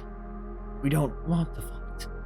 She repeats the words as if trying to convince herself out of it, and then slowly her scythe leaves Seraph's neck. Thank you. Seraph tumbles into her partner's arms, which wind around her tightly. Seraph silently and silent, shocked, and Cherry trembling, weeping. It scares Abriel. What? Was that Cherub or Cherry? I can't read. Ah! Foliant can do something like this. Aphelion can do something like this for her. Gabriel, can you stand? My limbs feel a little weak, but I can try. I'll carry you then. Folly. Aphelion lifts Abriel up as if their precious toy that had fallen to the ground and broken. Abriel's blood drips from their chest to the ground, splattering the tiles with red, the favorite color of the Queen of Hearts. It didn't hit my lungs or anything. I can walk. Aphelion takes a step forward, then another, walking and then half running at a brisk pace, though Abriel weighs not more than air.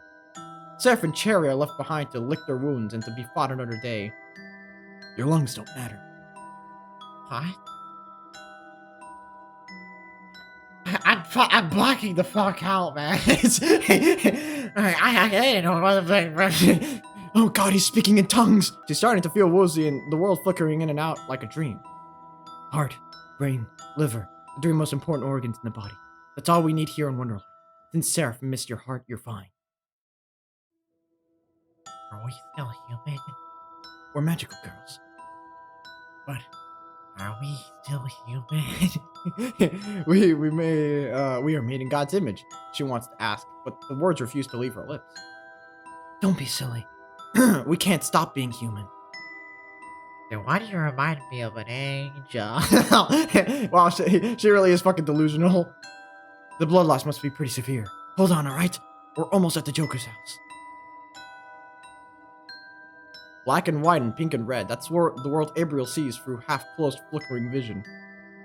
But they probably won't help, right? Shut up. Tragedy is an observer, not an actor. Abriel doesn't think that anything short of a long-lost comedia returning from the grave would move them to act. Am I going to die? You know the word, lifeblood, right? Lifeblood? If you run out, you die. Like an hourglass that's run out of sand. Ah, even magical girls need blood, huh? Yeah, even magic can't take away our flesh and blood.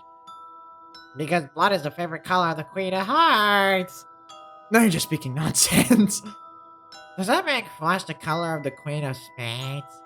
Flesh doesn't even have a color. And besides, it's not just blood that you need, it's will as well. Will? A will to live, I guess. If you have that, then losing a lot of blood won't be a problem. I used to have a lot of that. I'm not dead yet, after all. Chandelier back then, the scythe merely tearing into her throat. She must really not have wanted to live much longer. Perhaps it truly had been a mercy. Aphelion stops walking for a moment. Abriel is terrified that Aphelion will drop them to the ground and leave them to fade into a corpse. Be quiet for a bit. Abriel almost jumps at the sudden loud sound, Aphelion's foot connecting with the door of Tragedy's home. She can barely track of where they are. It took her this long to notice that they'd arrived. There's no answer from Tragedia. Aphelion kicks the door again, making the wood shake in the frame. Come out already! Well, his voice is high, piercing. Abriel thinks it could tear down the heavens. Do you want someone's blood on your hands? The blood is not upon my flesh, but upon your soul. They depart without another word. Aphelion's arms are trembling. Maybe the weight of Abriel's too much. Maybe they should drop them. But Abriel's too scared to ask Aphelion to leave them behind, and too ashamed of their weakness besides. If they'd just been stronger, Aphelion would have needed to save them. But why hadn't Aphelion taken the magical girls down easily in the first place?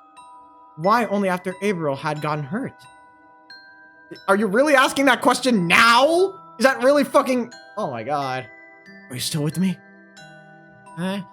Just thinking about how strong you were when you saw I got hurt. I don't like showing off. It only invites bad things. So that's why. They feel a little disappointed, almost. It's bad to draw attention to yourself, but I guess I do that a lot just by being with you, don't I?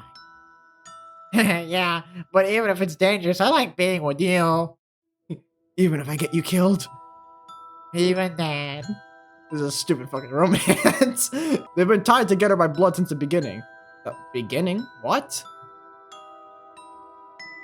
Abriel's head throbs with pain, their vision flickering to staticky blurs, and then back to Wonderland.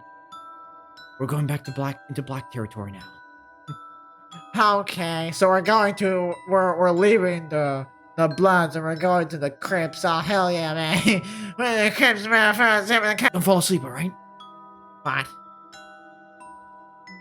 The world keeps on flickering, as though they are torn between two conflicting feverish dreams. It spins around in Abriel's eyes like a kaleidoscope, the world completely changing with every passing moment. It is fluid, immutable, meaningless. A flurry of images and sounds and words that Abriel doesn't understand. It reminds him of staring at the stained glass windows at church. Standing by the altar with the pastor's too tight hand on their... What? Too tight hand on their small shoulder, okay. The congregation gathered before them, looking at the golden calf with delight. And then behind them, laid out on the altar, there was... Hey, don't fall asleep! Molly? Terror grips at their heart, a terror that can't understand, a terror they weren't made to comprehend, only to experience. I know someone who can save you. Just hold on a little longer. So this is what being on the brink of death is like in Wonderland. You're the one that's saving me. Falling is like an angel to her. Hasn't she already been given salvation from that alone? For that alone? I'm the reason you're dying. But I forgive you. What the fuck is going on anymore? Does forgiveness mean anything from a soon-to-be corpse? It means something to me. I mean, it gives you closure, if that's anything. But I'm the one who's supposed to get something out of it? For the love of God, just accept the fucking apology! Aphelion sounds angry, sounds terrified. For Abriel's life. What? Why did it say sounds twice? Don't forgive me. Just live. Okay, I won't let you kill me. Oh my fucking god. They don't have the strength to fight him on this. And I'm glad. Abriel doesn't know their destination, but it doesn't matter. Even as blood stains Apholion's heart, they won't die. They won't leave Aphelion alone with their sins, no matter what. Chapter 3. And I'm actually really enjoying it, because I'm just interested to see what happens. But that's me with every fucking story, man. I get so hooked on wanting to know what happens. It's why I like reading history so much, because I read history and then something happens, and then I get invested in it. I'm like, I need to know how Wessex beats the fucking Vikings and how England forms. Like, I don't need to know, but I just get so into it. And this game's the same way. I really want to know what happens next. They told me I was special from the start. I was a chosen child. I was always meant to be a good girl, amongst all the bad ones. I was meant to lead everyone else by example. Everyone wants to become Alice. There's only one Alice. Everyone wants to become her, so they envy her, love her, and then Alice is the perfect girl who the story obeys. Everyone wants to become Miley Cyrus. Everyone wants to be Taylor Swift. But there's only one of them. So kill them all. Kill your competition. Then why didn't they obey me at that time? I don't understand it. I can't understand it. I'm Alice, aren't I? I have to be. No one else can be. The perfect child is demanded to perform the perfect obedience. The perfect child demands the perfect obedience. If Alice isn't perfect, Alice can be disobeyed. If someone doesn't disobey... What? Oh my god! If someone doesn't obey, Alice is no longer Alice. Then who is the Alice that made a mistake? Who is the me that reflected in the looking glass world? That me is the me I truly am? Then who is that flawless Alice? I have no clue what the fuck that's all about, man. I'm trying to read it as best I can. I still don't understand what's going on. The world creeps in slowly, fantastically, as though they're within a dream. Somewhere there is pain, but it feels distant, as though they have left their aching, bleeding body behind. Even their own name seems like a false construct. Abriel is just a scrap of memory they clung to in the end. Who is Abriel meant to be? Why is Abriel meant to live? Rather than focusing on those murky, terrifying unknowns, she turns her attention to the voices at the edge of her awareness. She can make out rough shapes and slowly becomes capable of understanding the surroundings that had once been dark and blurry. Yabba jabba kabba. Your life in exchange for someone else's. If you really want her to live, then giving up your own life isn't a problem, is it? I don't need to die for her to live. Sometimes that's how it is. Abriel returns to herself. She can't allow someone else to sacrifice for her. She can't allow the person most important to her to suffer for her sake. However, she hesitates. She had promised Aphelion she wouldn't let her... She had promised Aphelion she wouldn't let him kill her. Wasn't this an extension of that? Which one should I choose? Let me die, please save me. Let me die! I want to die! Let me die. Abriel. Abriel doesn't try to move. What? Why is it? Gabriel doesn't try to move their body considering their condition. Just being able to see and speak is enough. What do you mean, let you die? What is going on? What happened? I can't let you just throw your life away from me. They aren't worth that much. They want to be protected, but the idea of a Folian dying for them is far beyond that. You aren't letting me do anything. Whether I live or die isn't up to you. Oh, you're going to try to argue who has the right to live. Gabriel turns her attention to the unknown magical girl. I'm trying to find unique voices and I can't fucking think of anything, alright? Fucking sue me! Objection! And Kate remind Gabriel of a wizard, but her expression doesn't seem anything like a kind old wizard of a fairy tale. Instead, she just looks amused as though she's watching a brilliant script play out on stage rather than two girls debating life and death. It's not like I think one of us doesn't have the right to, but if anyone has to die, it should be me. Why? You're the one that can actually change things. I'm definitely not strong enough. She wishes she was. She wishes she wasn't a liability. But what else is she? She's just a child clinging to the idea that she could become an adult. Well, an age regressor on VR chat. And dragging a Folion down with her. It's not about whether you're strong or not. Compared to you, I'm guilty. So you should be the one to go on. I don't want to go on without you. They can't be on their own. If they're on their own, without anyone by their side, then they'll look like a loser at the prom! You only ended up like this because I couldn't protect you. And what will happen when you're not here to protect me at all? Folion looks pale and shaken. They grit their teeth. Please decide soon, or the decision will be made for you when she bleeds out again. Gabriel. I don't understand why one of us to die anyway. Is that how healing magic works? Of course it doesn't work like that. Then why? If I don't ask for something in return, then it's meaningless to help people. God damn, that's crazy.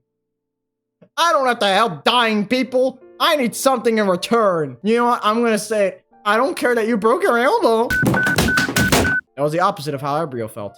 People are to be helped without recognition as a reward. In the end, God will recognize your goodness. Who the fuck told you that?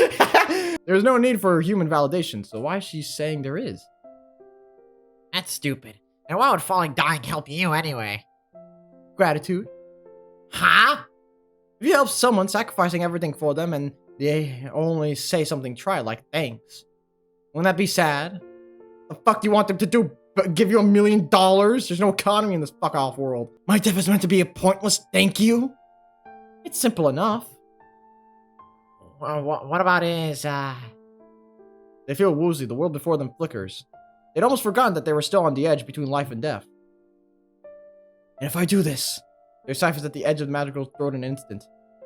What do I care if I live or die?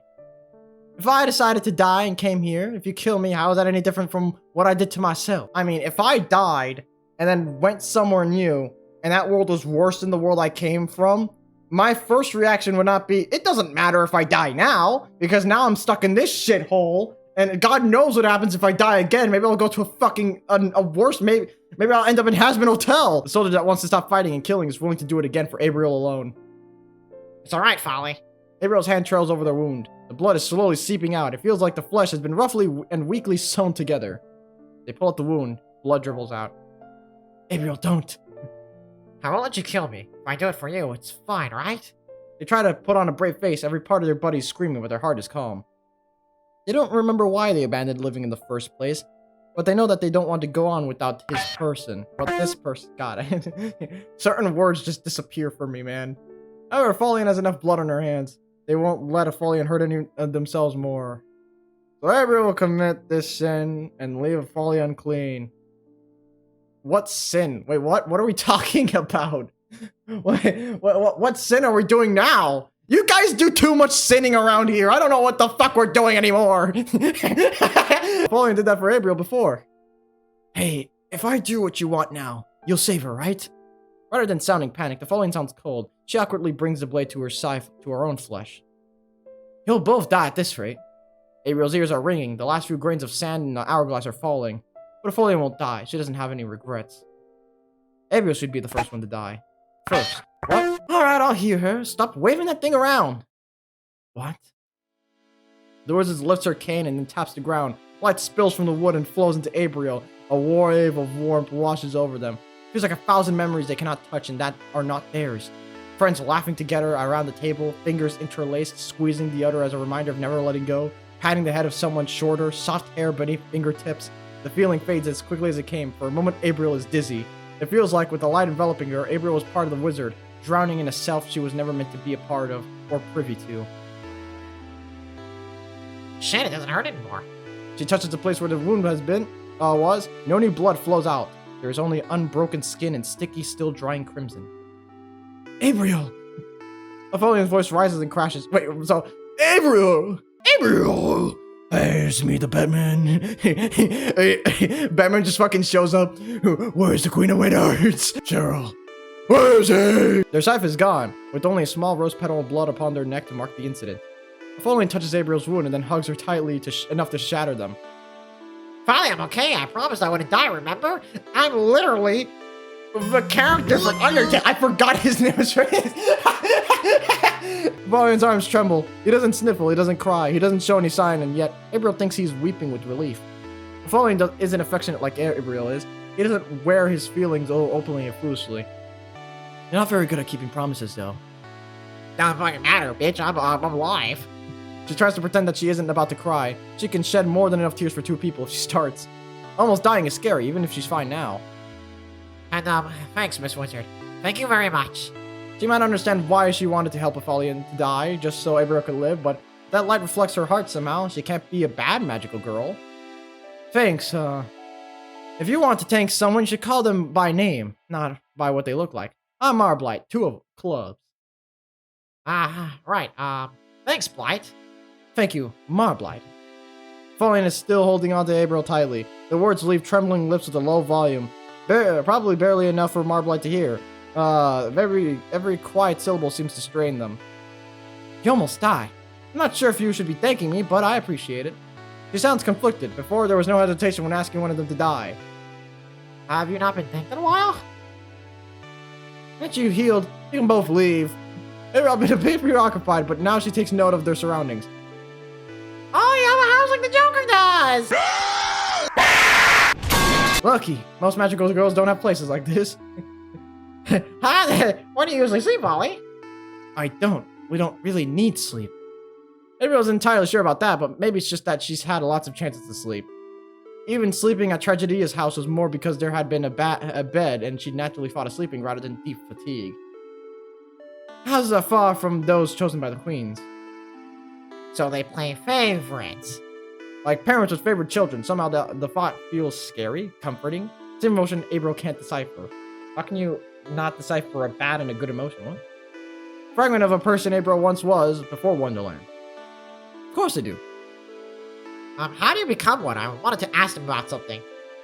Well, that's, she trails off, a distant look in her eyes. What do you want to ask about the queens? About... fuck. Sorry, for a second there, my nasal cavity was actually cleared. About why Wonderland is like this, and what can be done about to change it? The Queen of Hearts probably won't listen to that. What about the Queen of Spades? So, that's the one we serve, isn't it? Ira looks between the 2 magical girls in their contrasting suits. Queen of Spades might be more willing to listen. That's great! And can we meet with her? Usually I only speak with her through visions and dreams. She doesn't ever speak with me directly. Marblight sighs and takes a seat. She's probably realized that by now, that neither Abriel or Aphelian are going to leave without answers. She sets her cane down, leaning it against her chair. Oh, by the way, why do you have a cane? If you're hurt, we can help you heal it with magic, right? I mean, you can heal it with magic, right? Huh? She looks utterly confused. Doesn't need healing. And besides, the staff. The cane has 3 little legs to keep it stable. It's not a staff, right? But it's a staff, Abriel. Also good for keeping my balance. Enough about the staff. Enough about Twitch staff, alright? We don't need to know every detail about their lives. How do we meet with the Queen of Spades?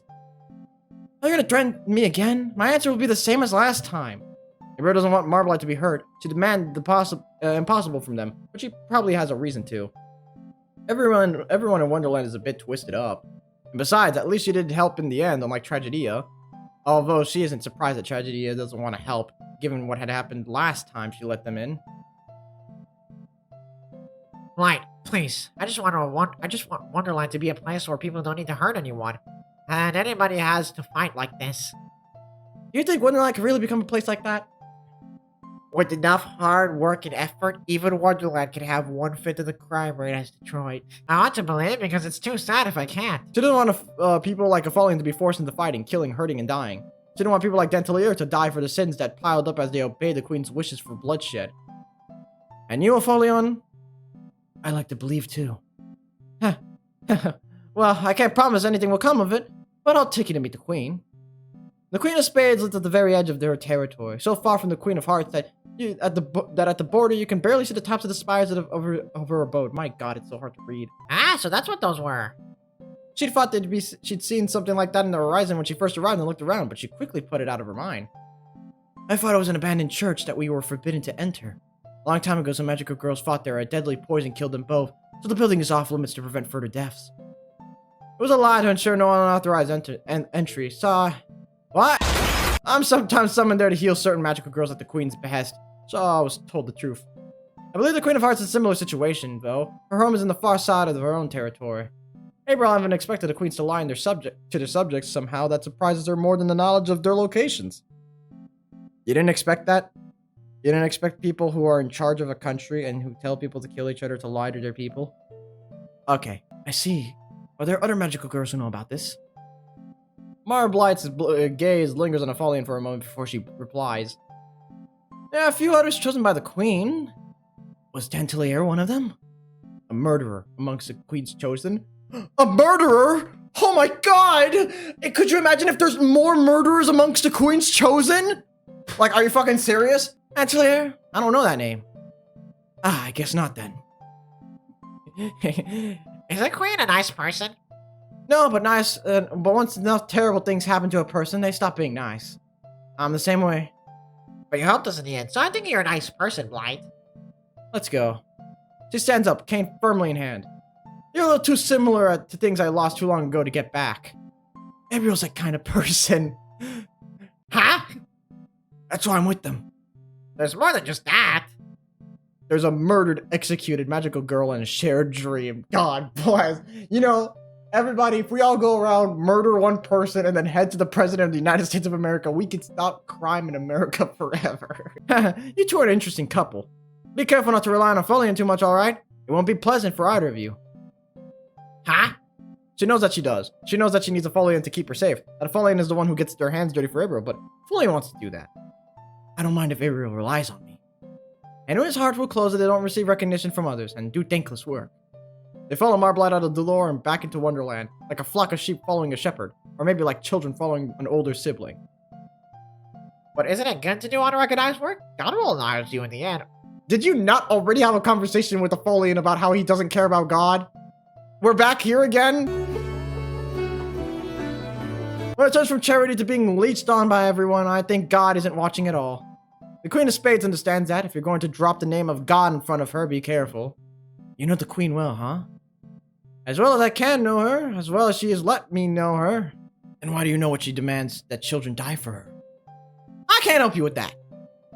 Because she's kind to you? Does that excuse her being cruel to others? Maybe feels uncomfortable listening to this. If the Queen of Space is good to Marblight, then why do they need to criticize her in front of her? It's like criticizing God before a priest. Folly. It's only by the Queen's grace that I was able to come here and live here. I'm grateful to her for that, and unlike some people, my gratitude isn't a meaningless platitude. Abra tries to non-verbally call Apollyon off, pleading with their wide eyes, but Apollyon isn't looking at them. By the Queen's grace, we're all stuck here suffering. Not for me, I'm free here. The only thing I miss is my work. Your work? Everyone wonders what Marblight used to do. She didn't really get the impression that anyone here was really old enough to be working. Maybe a part-time job, something to get pocket money with, but not something that was important, meaningful in an occupation. How old is all the characters in this game? I assume they were all young adults. The maturity in Marblight's eyes is that of a magical woman, a wizard rather than a magical girl. Yes, I used to and donate a lot to charity. It was fulfilling, and I could support those I cared for as well. I see. There isn't much need for that here, between people's ages and lack of money. Pauline picks up a cookie from a nearby table where a few magical girls are chanting. I mean, chatting. Chanting would have been fucking crazy. Hun-chan pa, hun-cha, ucha, ucha pa. Several teapots. I thought that said teleport. I need medical attention! Are set on the table, as are 3 tiers of sweets, scones, and a tiny tea sandwiches. The moment he picks up a cookie, another appears to take its place. The chatting magical girls merely glance at Folian and Marblight before returning to chatting, ignoring April's presence amongst them. The only things to do here are have tea parties and die for the queens. I don't think I heard Blight correctly. It sounded like static rushing into her ears. Don't worry about it, maybe you're still a bit too young to hear about this sort of thing. There's something in Marblight's expression that's painfully like pity. It's uncomfortable yet comforting to be pitied, to be told she's too young. It feels as though it's precisely how the world should be, though it is also rings wrong. Okay.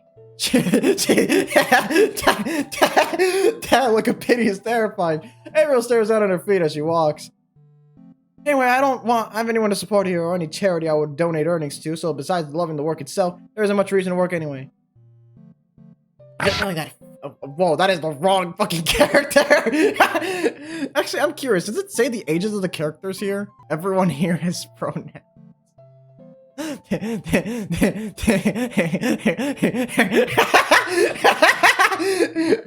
This is a liberal game, boy. Is it really that fun? It was. Why are you here then? It says like he had everything. Everyone remembers the feeling of someone's hand on their head, reassuring that everything will be alright. Marla definitely left someone behind when she died, or at least that's the impression she gets. Not really, I had everything, but because of that, everyone around me was just nobody. Actually, that's crazy. Now that I'm thinking about it, hold up, go back. So that means a majority of the people who end up here, what is wrong with my recording program? Why is it bugging out like that? I noticed it earlier, but why? No, I can't fix it. This game just records oddly for some reason. I don't know why it's doing that. It really shouldn't, but this implies that everyone that ends up in Wonderland is a transgender person or someone that has pronouns and everything, which is fucking hilarious to insinuate that people who have different pronouns all and end up in Wonderland. You gotta be careful when writing stories like this. It's the same thing with Has Been Hotel, where every fucking character is gay, so it insinuates that all gay people, which is like, it's just fucking crazy. You gotta be more careful than that, man. Not really. I had everything because of that. Everyone around me was really just nobody. I have no fucking clue what the fuck she's going on about. I don't care. She sounds bitter when she speaks, and nobody leaving her lips is like a curse. Yeah, people you cared a lot about, though. Maybe I did, but they didn't care about me in return. Sorry I asked. Huh, so the Tin Man does have a heart. I thought this was Wonderland, not Wizard of Oz. Feels much more like Oz than Wonderland to me. Oz, where Dorothy went down the yellow brick road to the Emerald City, slayed the witch, and went back home. All these fairy tales involve going home at the end, unlike everyone here who ran away and can never go back. Oz and Wonderland dreamlands that little girls should be able to come back from back to loving families, but the magical girls here don't have anyone to go back to, do they? How old was not Alice, the girl from Wizard of Oz? She wasn't a child, she was like a teenager, wasn't she? I don't know. It's been years since I watched the movie, I don't fucking care. This is Oz, and I'm the Tin Man. Wouldn't that make Seraph the Scarecrow? Folian seems pleased with that idea. I'm like Dorothy. Was that? Okay, that's the name, okay. And since you're the second person I met, and Seraph is the first? Exactly. Then the cowardly lion would be, April puts it to their mind. Seraph, interesting name. The highest rank. I was wondering about that. All the red suits have such pretty angelic names. I can't speak much on that, but I know the black suits are named, of course, but... named. They halt, no longer moving forward, and everyone else has to stop for them. We're named? Forget I said anything. You can ask the queen about that, along with everything else. If they're named, then is April's name also something from the queen? And if Folian's like Marblight? And Marblight? Is this the amazing digital circus? Someone's name is like the shape of their soul. Then, are all the magical girls reshaped in Wonderland, reborn here anew for the queen's desires to make believe gods playing chess? Okay, this is weird. So it acts normally most of the time when I'm just clicking through stuff, but for some reason, like sometimes I click through something and it lags in the computer. It's not a recording I have no clue what's going on. This is the only game that does this, by the way. There's a church, you two. She points towards the building. It really does look abandoned. Bits of brick crumbling, moss and flowers climbing up the walls, but also serene. Like it really is a resting place for fallen magical girls rather than Queen's resistance. As April stares at the church in awe, the doors swing open. She probably knows you're here. Good. Apollyon brandishes her scythe. Isn't the queen super powerful? I always assumed queens were, at least. Maybe, but I'm not going unarmed. Are you coming? Of course. I'll come as well, at least to introduce you. And please, don't hold the queen's actions against her. But shouldn't sins always be held against a person? Regardless of that doubt, they approach the church's yawning entrance together. And they are swallowed up into that world of stained glass and broken brick. My guess is that she's not really dead? I don't know, it kind of feels like every time we start a chapter that we return to like a state where she's sort of alive. I mean, I don't know. I don't fucking know. The story makes no fucking... I'm not a fucking theorist, man. Do I look like Matt Pet to you? Alice is meant to kill the White Rabbit so that she can emerge from Wonderland. But what if the White Rabbit refused to die? What if Wonderland went on and on forever? What if the White Rabbit became a blackened wolf, refusing to give in to their fate? Alice, meant to remain pure forever, became stained and turned into a wicked Queen of Hearts. Then shouldn't that black wolf oppose her? So I became a queen that shouldn't exist. What the fuck is going on? You dared bring a heart here, Moblight. She's merely a naive child. Abriel looks between Apollyon and the queen. One is the other's reflection, twisted and corrupted.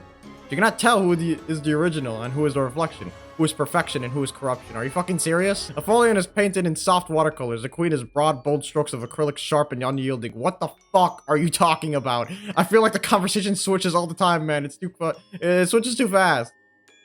Apollyon is a shadow, a reflection crafted from clay in the queen's image with clumsy hands that could not capture the sharpness of her form. The sight of the Queen of Spades is captivating, and Abriel and Apollyon are unable to look away. Dismiss your weapons, soldier. Apollyon obeys without thinking, her scythe dissipating into motes of light. You are... I am Azazel, the Queen of Spades, and you are my herald. A fragment of my being given form to carry out my orders. Apollyon wasn't a fragment of anything. He was himself, a whole person on his own. He wasn't a toy or puppet for someone else to control. He wasn't. He couldn't be. How is it? Silence. Out of the shadows, a mask. No, a person wearing a mask appeared. Waves of sorrow wash over Abriel, bringing her to her knees, and tears well up in her eyes. She recognizes Tragedia's power. Thank you, Tragedia. This is my duty to serve the Queen's darling. You don't have to take on this role yet, as well, and yet. I carry the promises of the dead, whether spoken or left unsaid. Azazel sighs, her voice, her words, even her sighs, they all resemble Apollyon so thoroughly that Abriel is spellbound. That spell breaks the moment Azazel glares at Abriel with narrowed, cold eyes. These names are gonna be the fucking end of me, man. I'm gonna be found dead in a fucking corner in a fucking alleyway, spazzed out because of these names. How dare you refer to Apollyon as a folly? It's a nickname.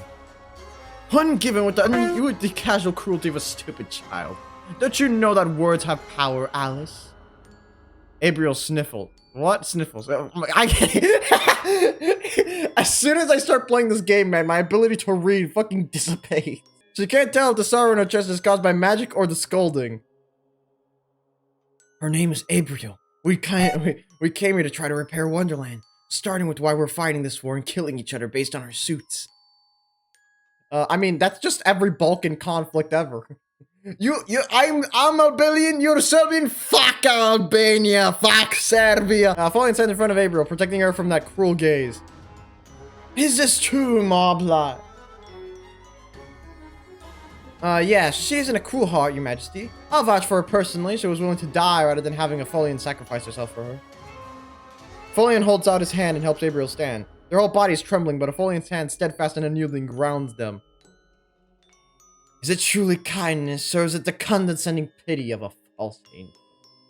Abriel flinches. She knows that she is not an angel, that she was a mere human, and yet, the word angel rings true. Are you fucking serious? I am Jesus Christ! Guys, I think I might be Jesus. I mean, I have never done anything wrong. Oh my fucking god. A cacophony of holy bells resounding within her head. Hallelujah.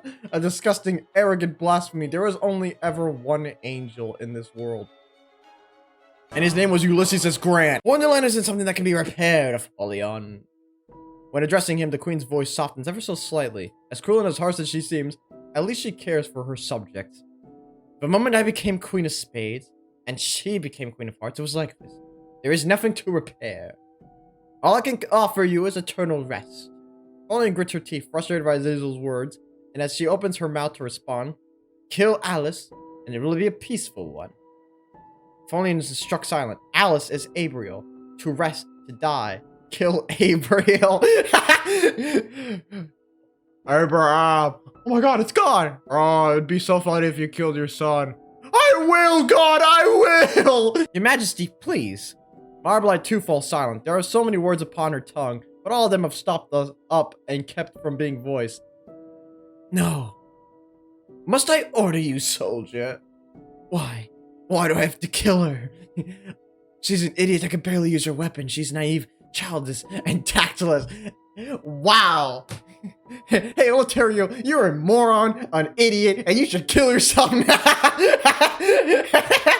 But she's still my friend. That doesn't fix anything, asshole. Azazel's face flashes through several expressions. Shock, anger, sorrow. All Abriel can feel is a shocked, exultant joy. What? I'm so happy you're suffering. Apollyon would die for her, and she would die for Apollyon. Their friendship is as simple and powerful as that. Once the Queen of Hearts and I were friends. I was the black sheep and she was the angelic savior who kept someone as pitiful as me around. The story, everyone knows the ending. She knows it. She shouldn't know it, and she can't know it, and yet she somehow does. It is stamped upon her heart, inscribed upon her bones, her brow anointed with the blood. She was going to sacrifice you as Abraham was meant to sacrifice Isaac. God damn, brother, wow. Wait, that's what I said! The developers of this game, they're stealing my ideas and they're putting it in the fucking game. They got the fucking Neuralink up in my brain, boy. This game is being written as I'm playing it. All eyes turn to her, but she doesn't pause. She was raised to kill you, and you were raised to die. They squeeze their fists, and words coming from their mouth are ones they hardly understand. This is from a fever dream they had on the verge of death, a recollection of a memory that isn't theirs. We were taught that Abraham failed to sacrifice his son, that the angel God sent to stop him was the devil in disguise. Azazel smiles. It is a smile of the wicked of sinful satisfaction. But if I was the devil, I would have just killed them both, and ended the cycle right then and there. But why is it that Isaac had to die? Why is it that the innocent became guilty and the guilty became the innocent? What? I thought the original story was God was like, yo, you should kill your brother. And he was like, okay, I'll kill my brother. And then God was like, nah, bro, that was a test. You shouldn't have killed your brother. Isn't that the entire point, to like show his devotion? But when he goes to kill his brother, he doesn't actually end up doing it because God tells him no. The guy was never meant to die, right? At least I don't think he was. I don't remember it being that way. You're both here in Wonderland now and still fighting. Nothing actually ended. That's why you have to kill Alice. So perhaps this time... His tragedy interrupts, quiet and serious. No, Your Majesty, hasn't this gone on long enough? Every time the play begins anew, no matter the outcome, can it not end? Can we not stop this eternal series of encores? They aren't even rhyming. They aren't even smiling. They are an actor with the mask removed. Like of a joke, baby. How many times? Countless times. Each time, 2 new pieces are placed. 2 new pieces. Abriel Apollyon. Pieces placed on the board. Pawns to be manipulated by the queens. A rook to e7. Rook to 2,574, baby boy. What are we? We are duplicity. Oh my god. She searches her memories. She remembers falling. She remembers church vaguely. Whose memories are these? Pieces of us. For this time, rather. You're rather gentle, Alice. Isabel looks away from them all. I'm sorry. She's a piece of someone who wanted to do something terrible. A part of someone who turned Azazel into such a cold, thorny person. Even if Abriel doesn't remember it, even if Abriel doesn't fully understand it, it's only right to apologize, isn't it? I'm sorry too. For a different me that probably hurt you in the past. Gabriel shakes her head. I have no fucking clue what's going on. I mean, I kind of know, but I don't. It's okay, I forgive you because we're together now. But why do I always find myself in toxic relationships? I think it's not up for me to forgive you for everything. Aphelion looks surprised, but Gabriel thinks it needs to be said regardless.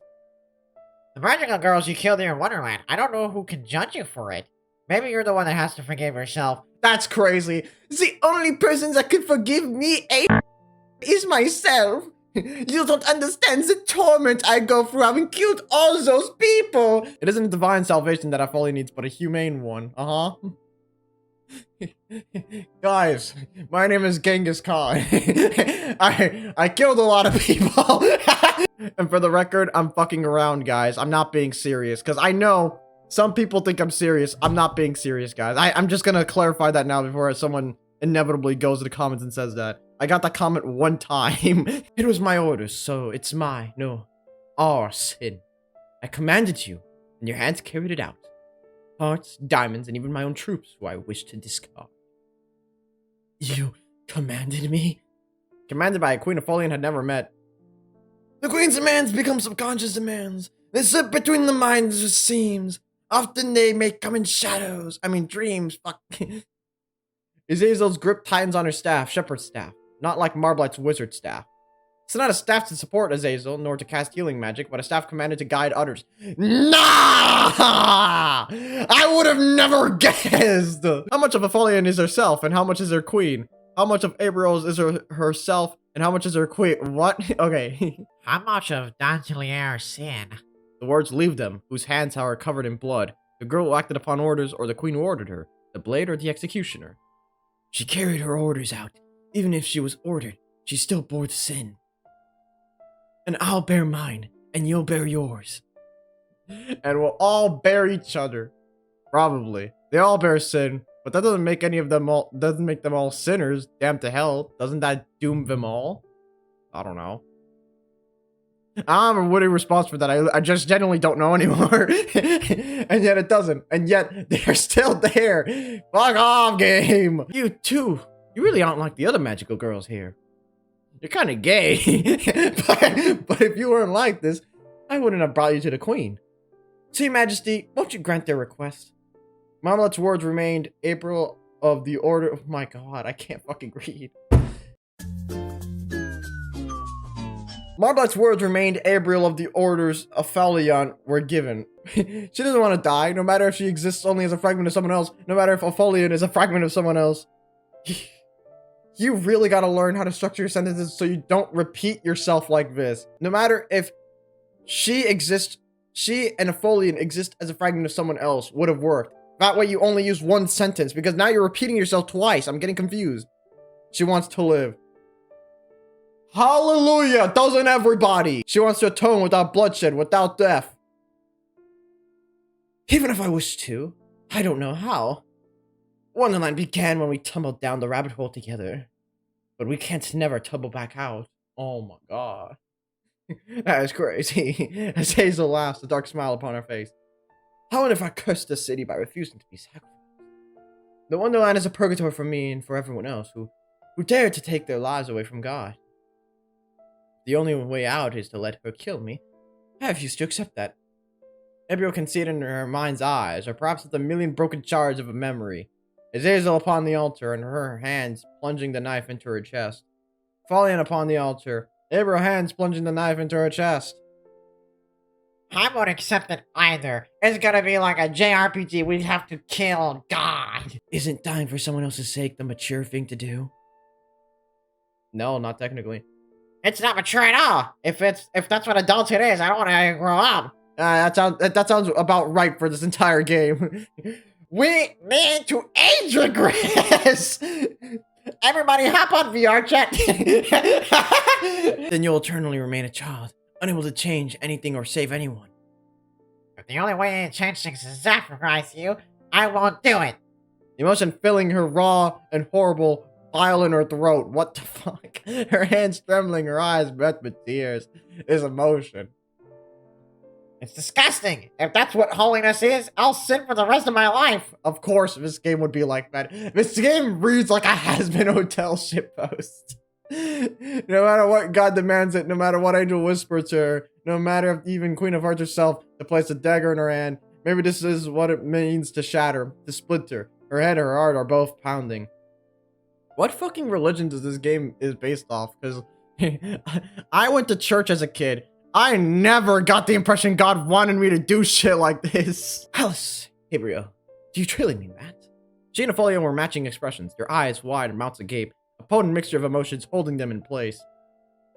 Cross my heart and hope to die. Stick a cupcake up my ass. The childish oath slides out without thinking. She giggles and wipes away her tears that fall. Tragedia, bear a message to the Queen of Hearts, an invitation to a final banquet. Yes, your majesty. They bow silently and then depart. Oh. Wait, you're not going to sacrifice yourself? No, I won't do that. Will killing her fix anything? I won't do that either. The Queen of Hearts won't forgive you as Abriel did. I know that. This isn't to sacrifice, to kill, or to forgive. We can't go back. I don't want to go back to those days when she pretended to be my friend and I pretended to believe her. I'm almost jealous of you, Apollyon. Jealous of me? I'll grant your request, but in exchange, I want the two of you to grant mine. A request from the Black Queen to Pawns. Abriel can't fathom what it could be. In our place, please live happily. She's going to kill herself and them at the same time! Both of them! Before either of them can respond, the door swings open, light streaming into the abandoned church. The girl, no, the queen that steps in, followed by Tragedia, is Abriel's mirror image. And yet, she isn't Abriel. She isn't. Abriel realizes. They may resemble each other, but they aren't the same. The cold smile of the queen's face isn't the same as Abriel's warm one. At last, my blackened lamb. No, I gotta do a crazy place. At last, my beloved blackened lamb. You called me here to accept your fate, didn't you? So I, Adonia, your god, will carry out your sacrifice, and this holy land shimmers will be set to rights. Every word that leaves her mouth makes Abriel feel filthy. This is the person she was born from? The false friend who Azazel did not dare refer to by name? I like to think this entire game... No, it can't be, because it directly references the Bible. Never mind. The serpent who acts as an angel, nay, as a false, heretical god? That's not why I wanted to see you. We are Duplicity Loop, after all. We're going to Duplicity Loop right now. Oh my god, I'm Duplicity Looping, oh my god. And stop calling yourself a god. No matter how much the clergyman praised you as incarnation of him, you're just a human given a name that doesn't belong to you. You're not Adonia, the god of the Jewish people, and I'm not saying the stolen Hebrew name. Okay, so this is the Jewish version of it. Oh my god, I'm so fucking confused, man. Listen, the only religion I ever learned as a kid was Christianity. I didn't learn any other ones. Just as none of the magical girls here in Wonderland, whether we were named them as angels or demons, are their namesakes. Abriel named for the messenger of the god Abriel. Apollyon named for the angel of the abyss, Apollyon. And Folly, okay. What a twisted joke their names are. Yeah, you could definitely tell I don't know anything about religion because I did not catch on to that at all. I mean, Abriel kind of rang a bell, but that was about it. But that's only because I think there's a guy named Abriel in the Bible, isn't there? Did you call me here to mock me, Azazel? Abriel winces. Adonia's frustration is reflected back upon her, as if her existence is being torn apart. Follian is wincing too, the strong mentions of the originals bleeding into their creations. I wanted to say goodbye. Abriel only holds their tongue by biting it. And I wanted to ask if you'd come with me. Are you sinning again? Daring to steal your life from the Lord? Oh my fucking god, not this sin again. Azazel asks the question Abriel was desperately holding back. But the goat of which the lot fell for Azazel shall be set alive before the Lord, to make atonement over him, to send them away for Azazel into the wilderness. I have never heard this verse in my entire fucking life.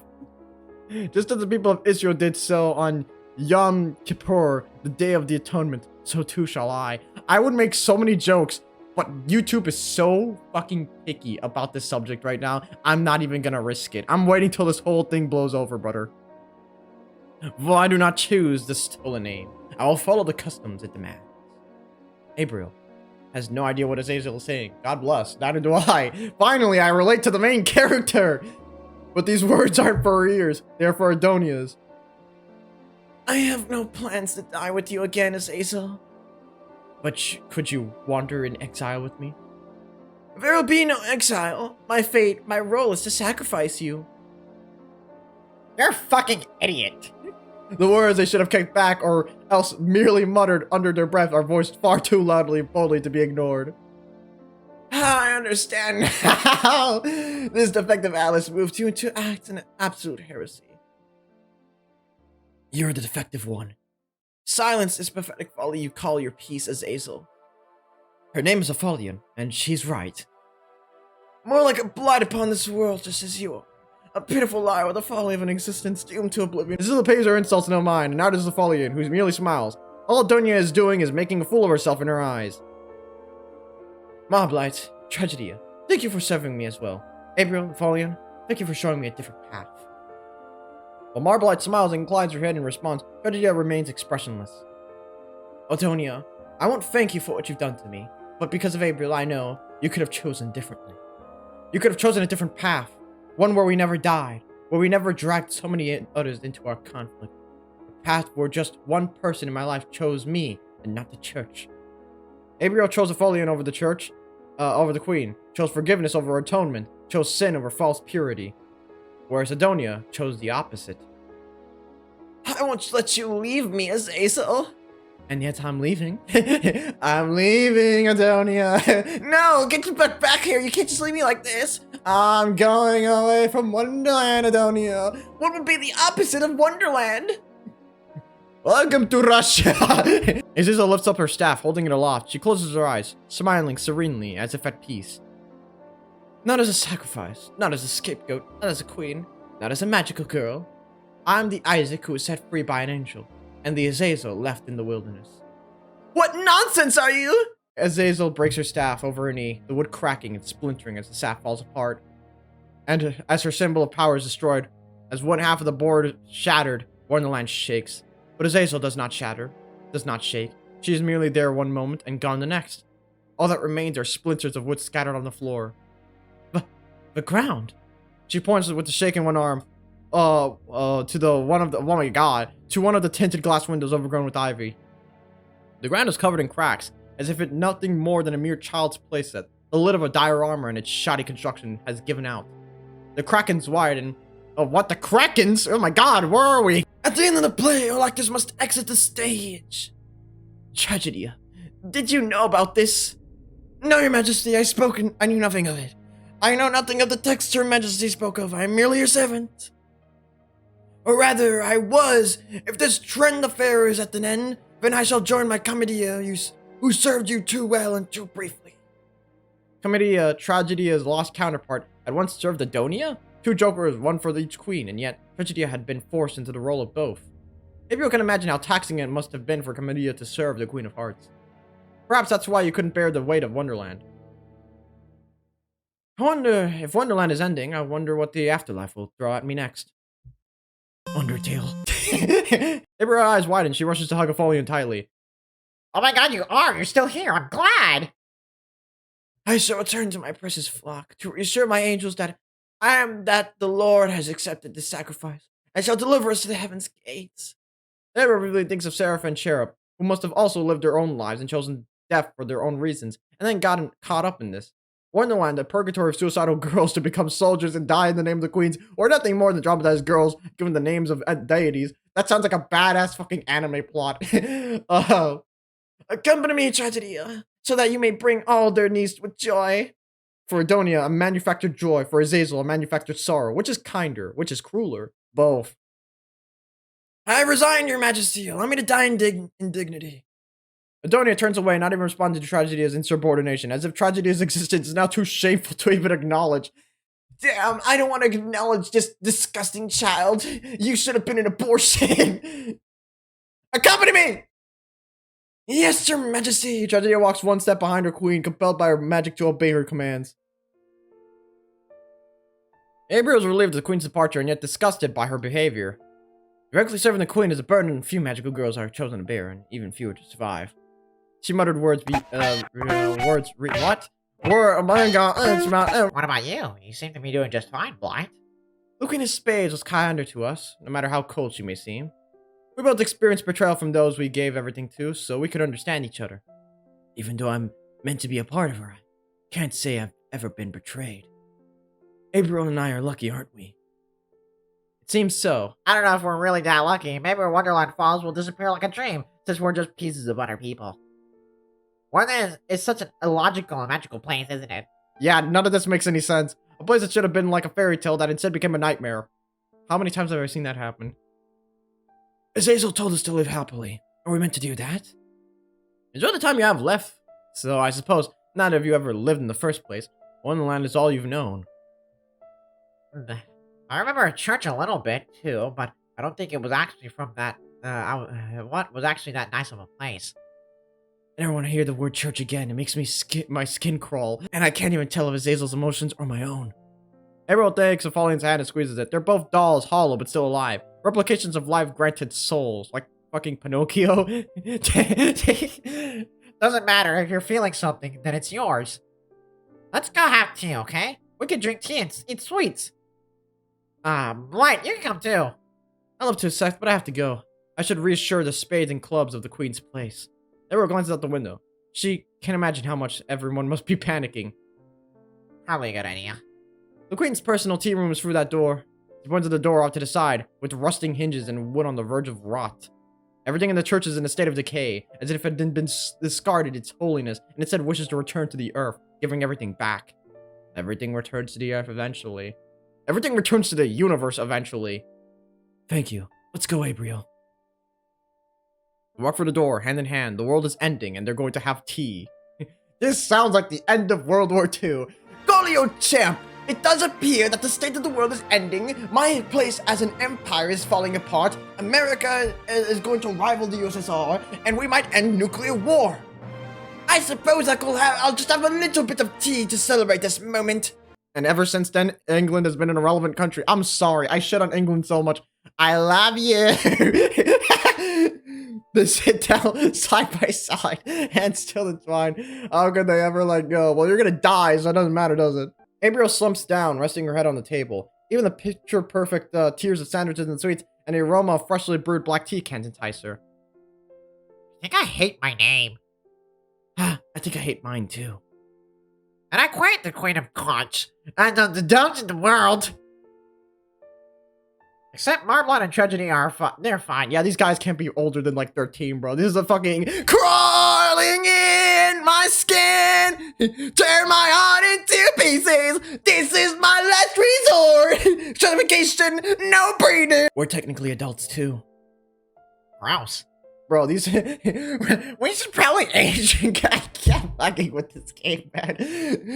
VR chat the game. Actually, VR chat is olaterrio is stupid. They both burst out laughing, manic and exhausted. Oh, I guess neither of us were ever children, though. Yeah, but I feel like one. There's so much stuff I don't understand. A lot of terrible things happened before Wonderland even existed, and Wonderland's had so many terrible things happen. Wow! Can you repeat yourself even more, please? Can be destroyed? What will happen then? I don't know. Live happily? Hard to do that when the world is ending. We're not even really alive, right? Who knows? Maybe when we die, we'll return to being Adonia and Azazel. Abriel shudders. She doesn't want to be part of Adonia. If Folian became part of Azazel, she would accept that, so long as those emotions and memories remain, but Abriel doesn't think Adonia would care about her emotions, her memories, her wishes. Maybe we'll go to heaven. Maybe we'll go to hell. Maybe we'll be reborn. Or just vanish completely. You're being way too negative. Isn't it nicer to think about what we want to happen? Folian shakes his head, sighing, and then smiles fondly. Maybe. It's childish, but I think it's okay this time. What would you want to happen then? Undertale! She doesn't want to vanish, or end up in some place like hell. They both sound awful. But going to heaven, she wonders if really a wonderful place. The faith in God she thought was unshakable is now a tattered mess, torn apart by Azazel's revelations and Adonia's cruelty. I mean, with how massive the universe is, I'm kind of curious what's out there. Since the universe is infinite, that technically means that there's an infinite amount of possibilities, which technically means there's an infinite amount of planets and an infinite amount of chances for an infinite amount of things to happen, which means that somewhere out there in the universe, Batman is real. Apollyon had once asked why they should worship or forgive a cruel, condemning god. Well, if God gives me Batman, I think I'll be fine. April realized the answer now. Perhaps there is no god that should be blindly worshipped. I want to be reborn, I think. And we can meet each other again and become friends again. Without bloodshed, without death, without tears. That sounds like a nice dream. I kind of think that's how things do work. I mean, nothing in the universe is destroyed. Einstein said it himself, matter cannot be created or destroyed unless it's your mom, which I destroy and create all the fucking time. Oh, and we have way prettier names. Names that are beautiful and joyous rather than the names of angels meant to be waged a holy war. The cracks are spreading. I don't think we'll have time for tea.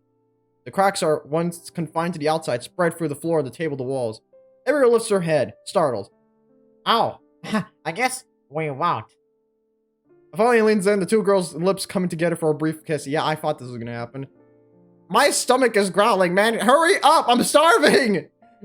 All this talk of tea and crumpets has me dying! Folian, I don't know if you want to know this, but I think Abrabio might already be dead. She wants to stay here forever. She can't even... What? She can't stay for even a minute longer. Folian acts so reserved, kissed so suddenly. See you soon. It's not a goodbye, it's a promise. See you soon. She kisses back. What? She kisses him back to seal it tight. And then they all fucking died. Wonderland shatters. Soon not but stardust. A tiny closed world is open. The souls trapped inside. All shards of divine light are set free. From far, the soul exile casts their eyes upward. What? The freed souls resembling fireflies soar upwards, all except two. One flutters into the exile's chest. They become a single soul. One small firefly. The other flies onward into darkness. The once exiled soul follows. They fly away from the divine light that calls their kin into the divine unknowable dark. What the fuck are you talking about? Come on, you don't want to miss it. But I'm so tired. They do it every year anyway. Well, like I said, and we'll get a break. Well, I like it. And we'll get a break to fast right afterwards. Why are you always right? Maybe if you hadn't skipped dinner last night, you wouldn't have been so tired. Maybe it's the Day of Atonement, so I guess I'm atoning for my careless. What is that in the background? I don't know what is. It's like a window. You should be more careful, Ideal. You're my most worrisome friend. You're my best friend, right, Freydil? My god, these names are fucking dog shit! Of course. You're my best friend in the world. Yay, let's go, let's go! You're just in time. Blast sounds through everything, sounding throughout time, ancient and yet anew. Guess we're sealed in the book of life now, aren't we? With a clean slate, a fresh year ahead, moving forward into the unknown future. And yet another year stuck with you. Just kidding. We'll be together no matter what. And... wow. Here's the credits, I guess. Right, Bob Key game. The main menu track, opening menu track were composed by Unetta. Royalty-free assets by various artists at Pixie Bay. Photographs are also sourced from Pixie Bay and then edited. Yeah, that sounds about right. I don't know. I kind of feel like this game would have been like one of those puzzle games, you know? Those puzzle games where like you have to restart over and over again and try to get like you have a limited amount of time to do everything. And you have to figure out like a route where you can do everything efficiently enough to where you get the good ending. That's what I thought it would be. But whatever. I guess it doesn't really matter, does it? Because the game's over, isn't it? If you want to, you can play it yourself. It's been in the description below this entire time. Yada, yada, yada. It's free or whatever. There's a lot of other pathways I guess you can get if you really want to check it out.